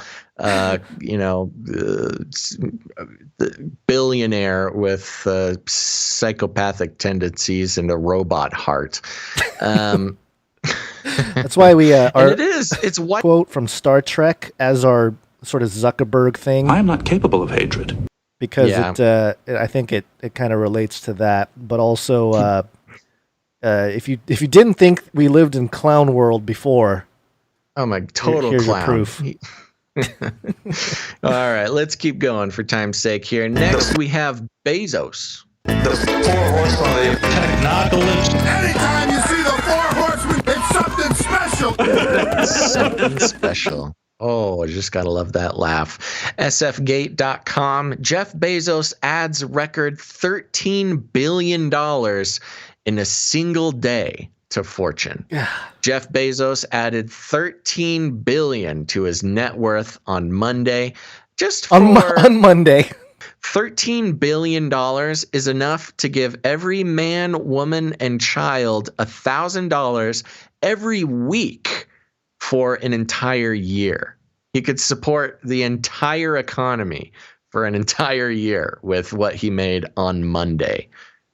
This is, okay, I'm going to read the article. We'll see if I still feel passionately about what I was about to say at the end.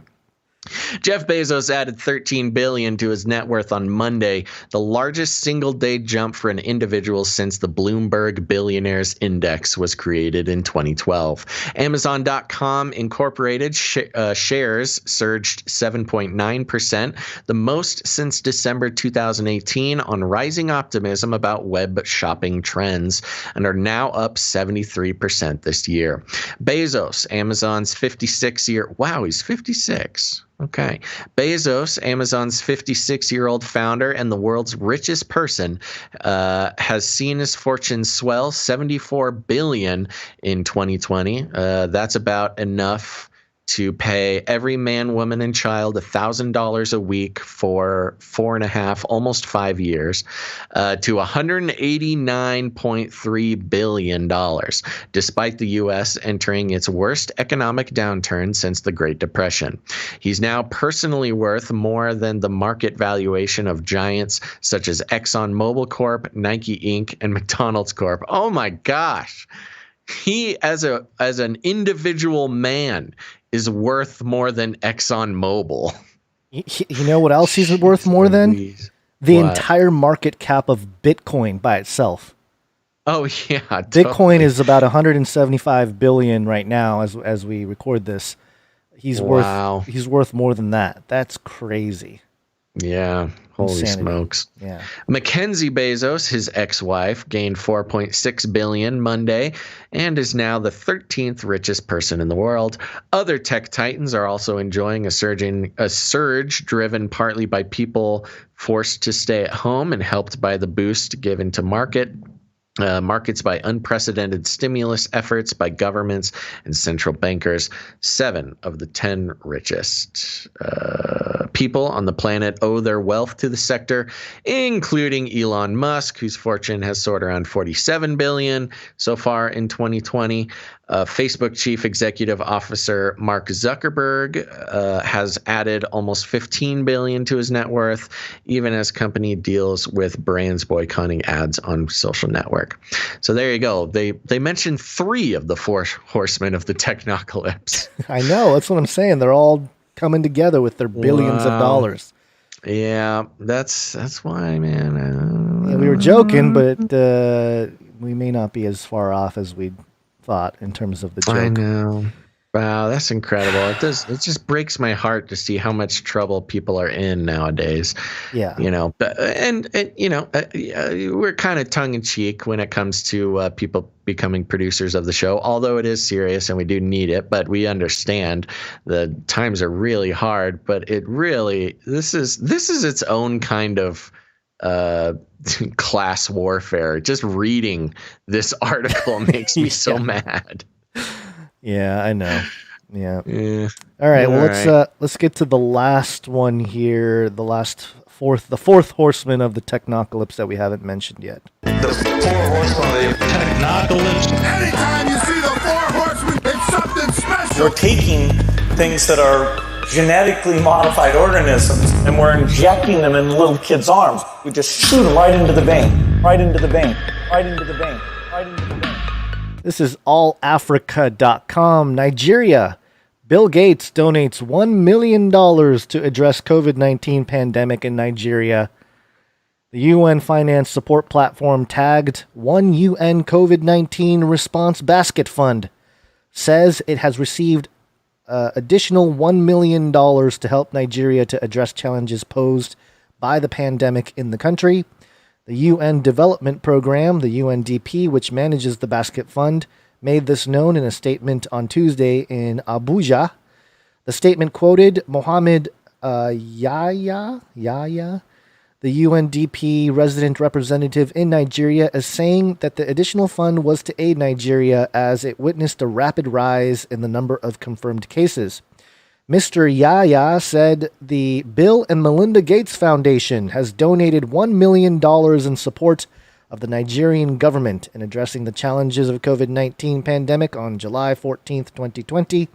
He said the UN welcomed the contribution of the Bill and Melinda Gates Foundation as it aims to support the country's response in the management of the crisis and the realities of post-crisis, particularly in the protection of vulnerable persons. I thought it said valuable persons. I was like, oh, it's only valuable persons, huh? Yeah, I mean, that's pretty much the story here, and it gets into some other details of... again, and anyways, yeah, so he's continuing his work of influence over there in Africa, as he's been doing for a while. And it's interesting because $1 million is nothing No, for this guy. Not a lot of money. It's absolutely nothing. He should do that to help people in his own city, probably. Just whatever. You know? Just whatever.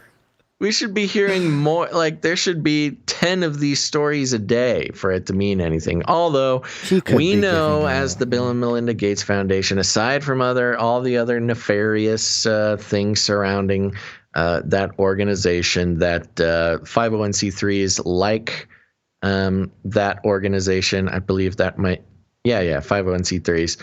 They're just investment firms, really. Yeah. They're tax havens and investment firms, and the money is used to propagate agendas that we're all aware of here on this show.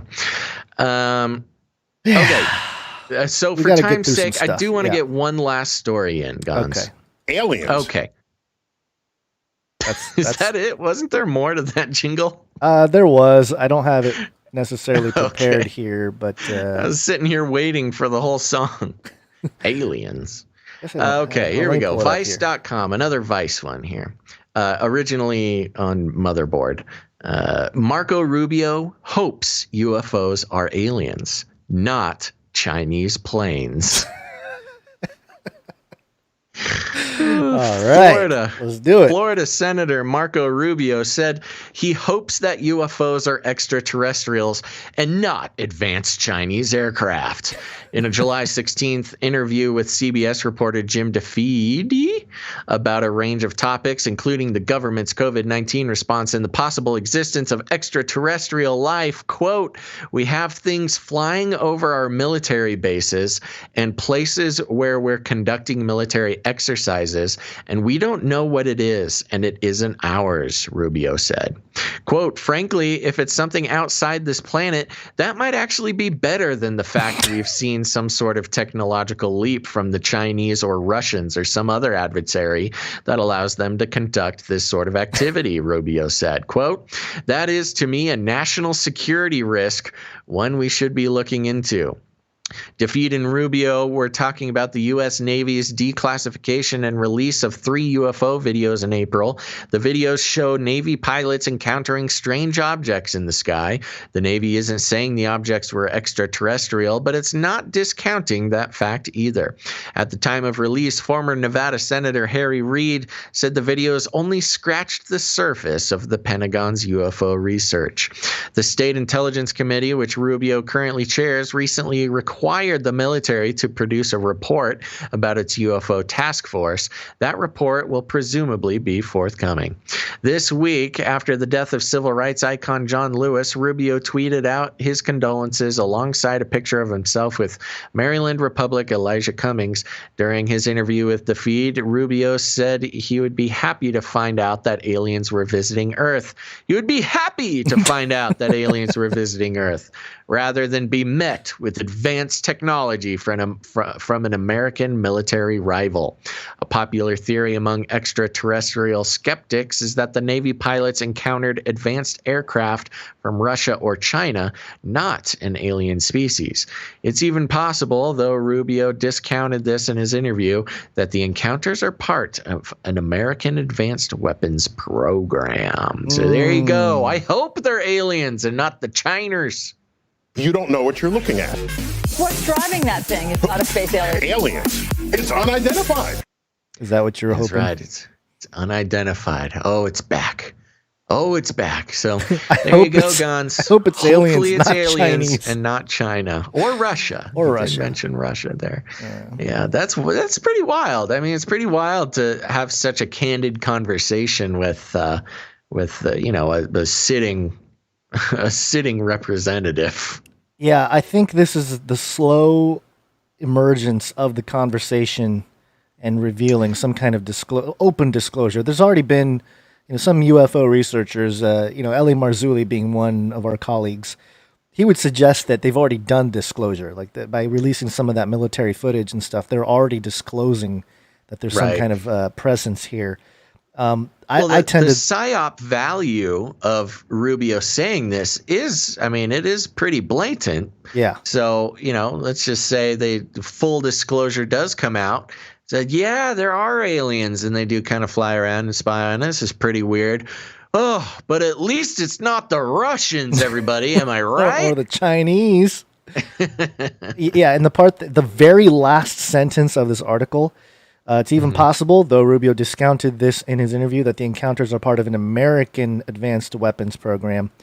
That also is a big part of this. I feel like that a lot of the technology that we see up there that's unidentified is advanced, not just American, but the whole New World Order technology that they've been withholding from the public and things like that. So that's more likely of what it is. And of course, we don't think that there are extraterrestrials that evolved on other planets that are here running around. They're not extraterrestrials, they're interdimensional. Thank you. Spiritual beings inhabiting grays, biological meat suits that were carved precisely from cows and other livestock in the American Midwest to create homunculi that can be possessed by evil spirits. There you go. In other words, I don't even know why we're having that. And the birds are definitely involved. In other words, Russians and Chinese is what you're trying to say. Oh, God forbid the misdirection. It's the Russian and Chinese. It's the misdirection. Okay. All right, everybody. Are you good? Aliens. I'm good. Aliens. Okay, we're getting loopy here. I think it's time to call this one. Yeah. Thank you, everybody, for tuning in to this episode of Canary Cry News Talk. Here's the thing. Remember, we're going to be back on February. Why did I just say February? The aliens microchips your microchip is, I got to get into to your chip later. The software is starting to glitch here. We'll probably be back in February, but what I meant to say was we'll be back on Friday. Oh my gosh. Friday, sometime between noon and 5 p.m. Pacific Standard Time. Make sure to tune in. And please, we understand it's a difficult time right now. It's tax season. But if you could find it in your heart to help support the show, that would be wonderful. We, like I said, we're value for value here. We adamantly do not believe in the advertising model, the economic system of this world that has so drastically negatively affected the information flow of everything going on. And so that's what we do. We can't get demonetized if we're not monetized, Gons. Yep. So that's why we need producers. You are the stabilizing force to be able to let us do the work that we do. And, you take part, you take ownership, and it really is a big deal. So thank you very much to Daniel and the other producers who have supported us so far. And we look forward to seeing who is able to come in on Friday. Remember, you can go to patreon.com/CCNT for Canary Cry News Talk, patreon.com/Canary Cry Radio, and more musically, canarycry.com/support. canarycryradio.com/support. Yeah, that's right. canarycryradio.com/support. Thank you so much. All sorts of fun ways to support the show there. And remember, you can also help produce the show by sending in art. Show-related art. We'll show it on the show, and it'll be available at canarycrynewstalk.com as well as our Facebook page. I need to update. I need to put more of the art on Facebook. Haven't done that for a couple weeks. You can also create jingles if you're a musically inclined person. Remember to keep them short, keep them snappy, and if you're going to use a copyrighted song, you got to screw with it quite a bit as to not activate a copyright ding for us, but we appreciate that as well. We can play those on the show. And there you go. Another great way to support the show is by leaving a rating and a review. I'll be reading some rating and reviews on Friday. That is more important than people think. I think you, dear listener, you're out there and you hear me sort of ramble off all these things 3 times a week. And I get it. It's easy to become desensitized and or maybe think that other people will do the thing that I'm asking. But I'm telling you, other people aren't doing it. So you, dear listener, if you've got a couple minutes and, if producing the show, if becoming a supporter is not an option for you, please consider leaving a rating and a review. I would love to read some good ratings and reviews. It's very important because it convinces the online algorithms and the robots to share the show with people who have not heard it before.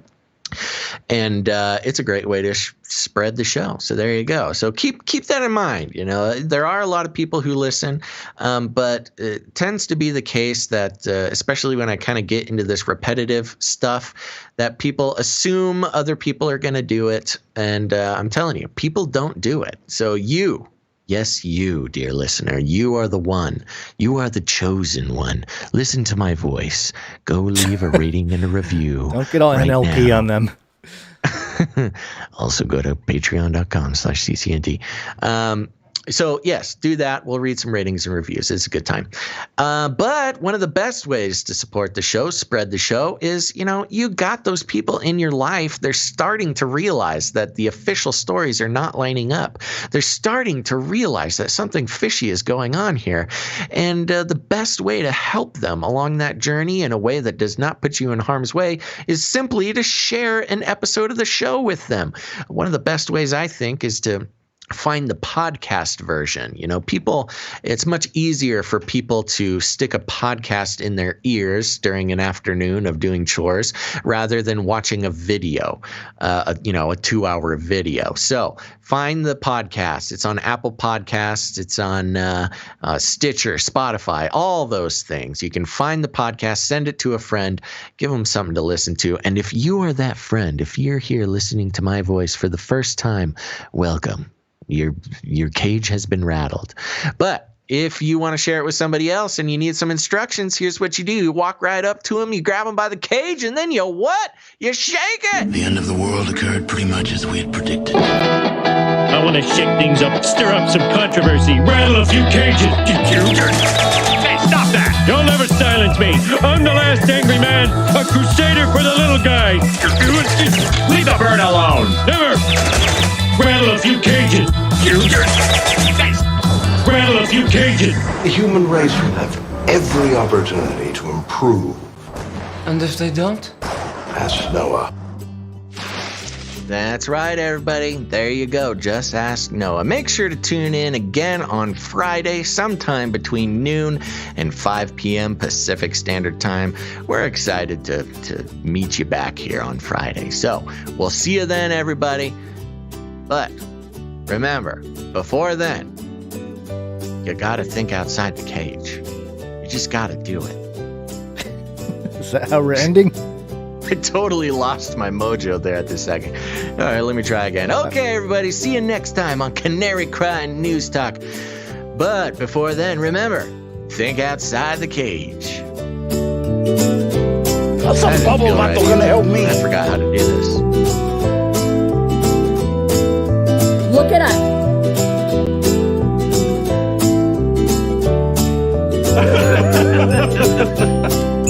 I am not capable of hatred. Aliens. Aliens.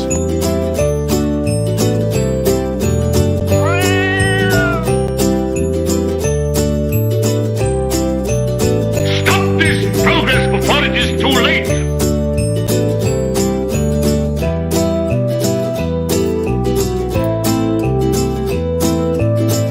And melt those babies into candles. I want to shake things up, shake things up. I want to shake things up, shake things up. Leave the bird alone. I want to stir up some controversy. I want to rattle a few cages. I want to rattle a few cages. I'm the last angry man. You'll never silence me. I'm the last angry man. I'm the last angry man. You'll never silence me. I'm the last angry man. A crusader for the little guy. Little guy. Little guy. Well, we'll see about that. Whatever, Illuminati. In the future, humans will be confined in a people's zoo. People, I'll keep you safe and warm in my people's zoo. I'll keep you safe and warm now in my people's zoo.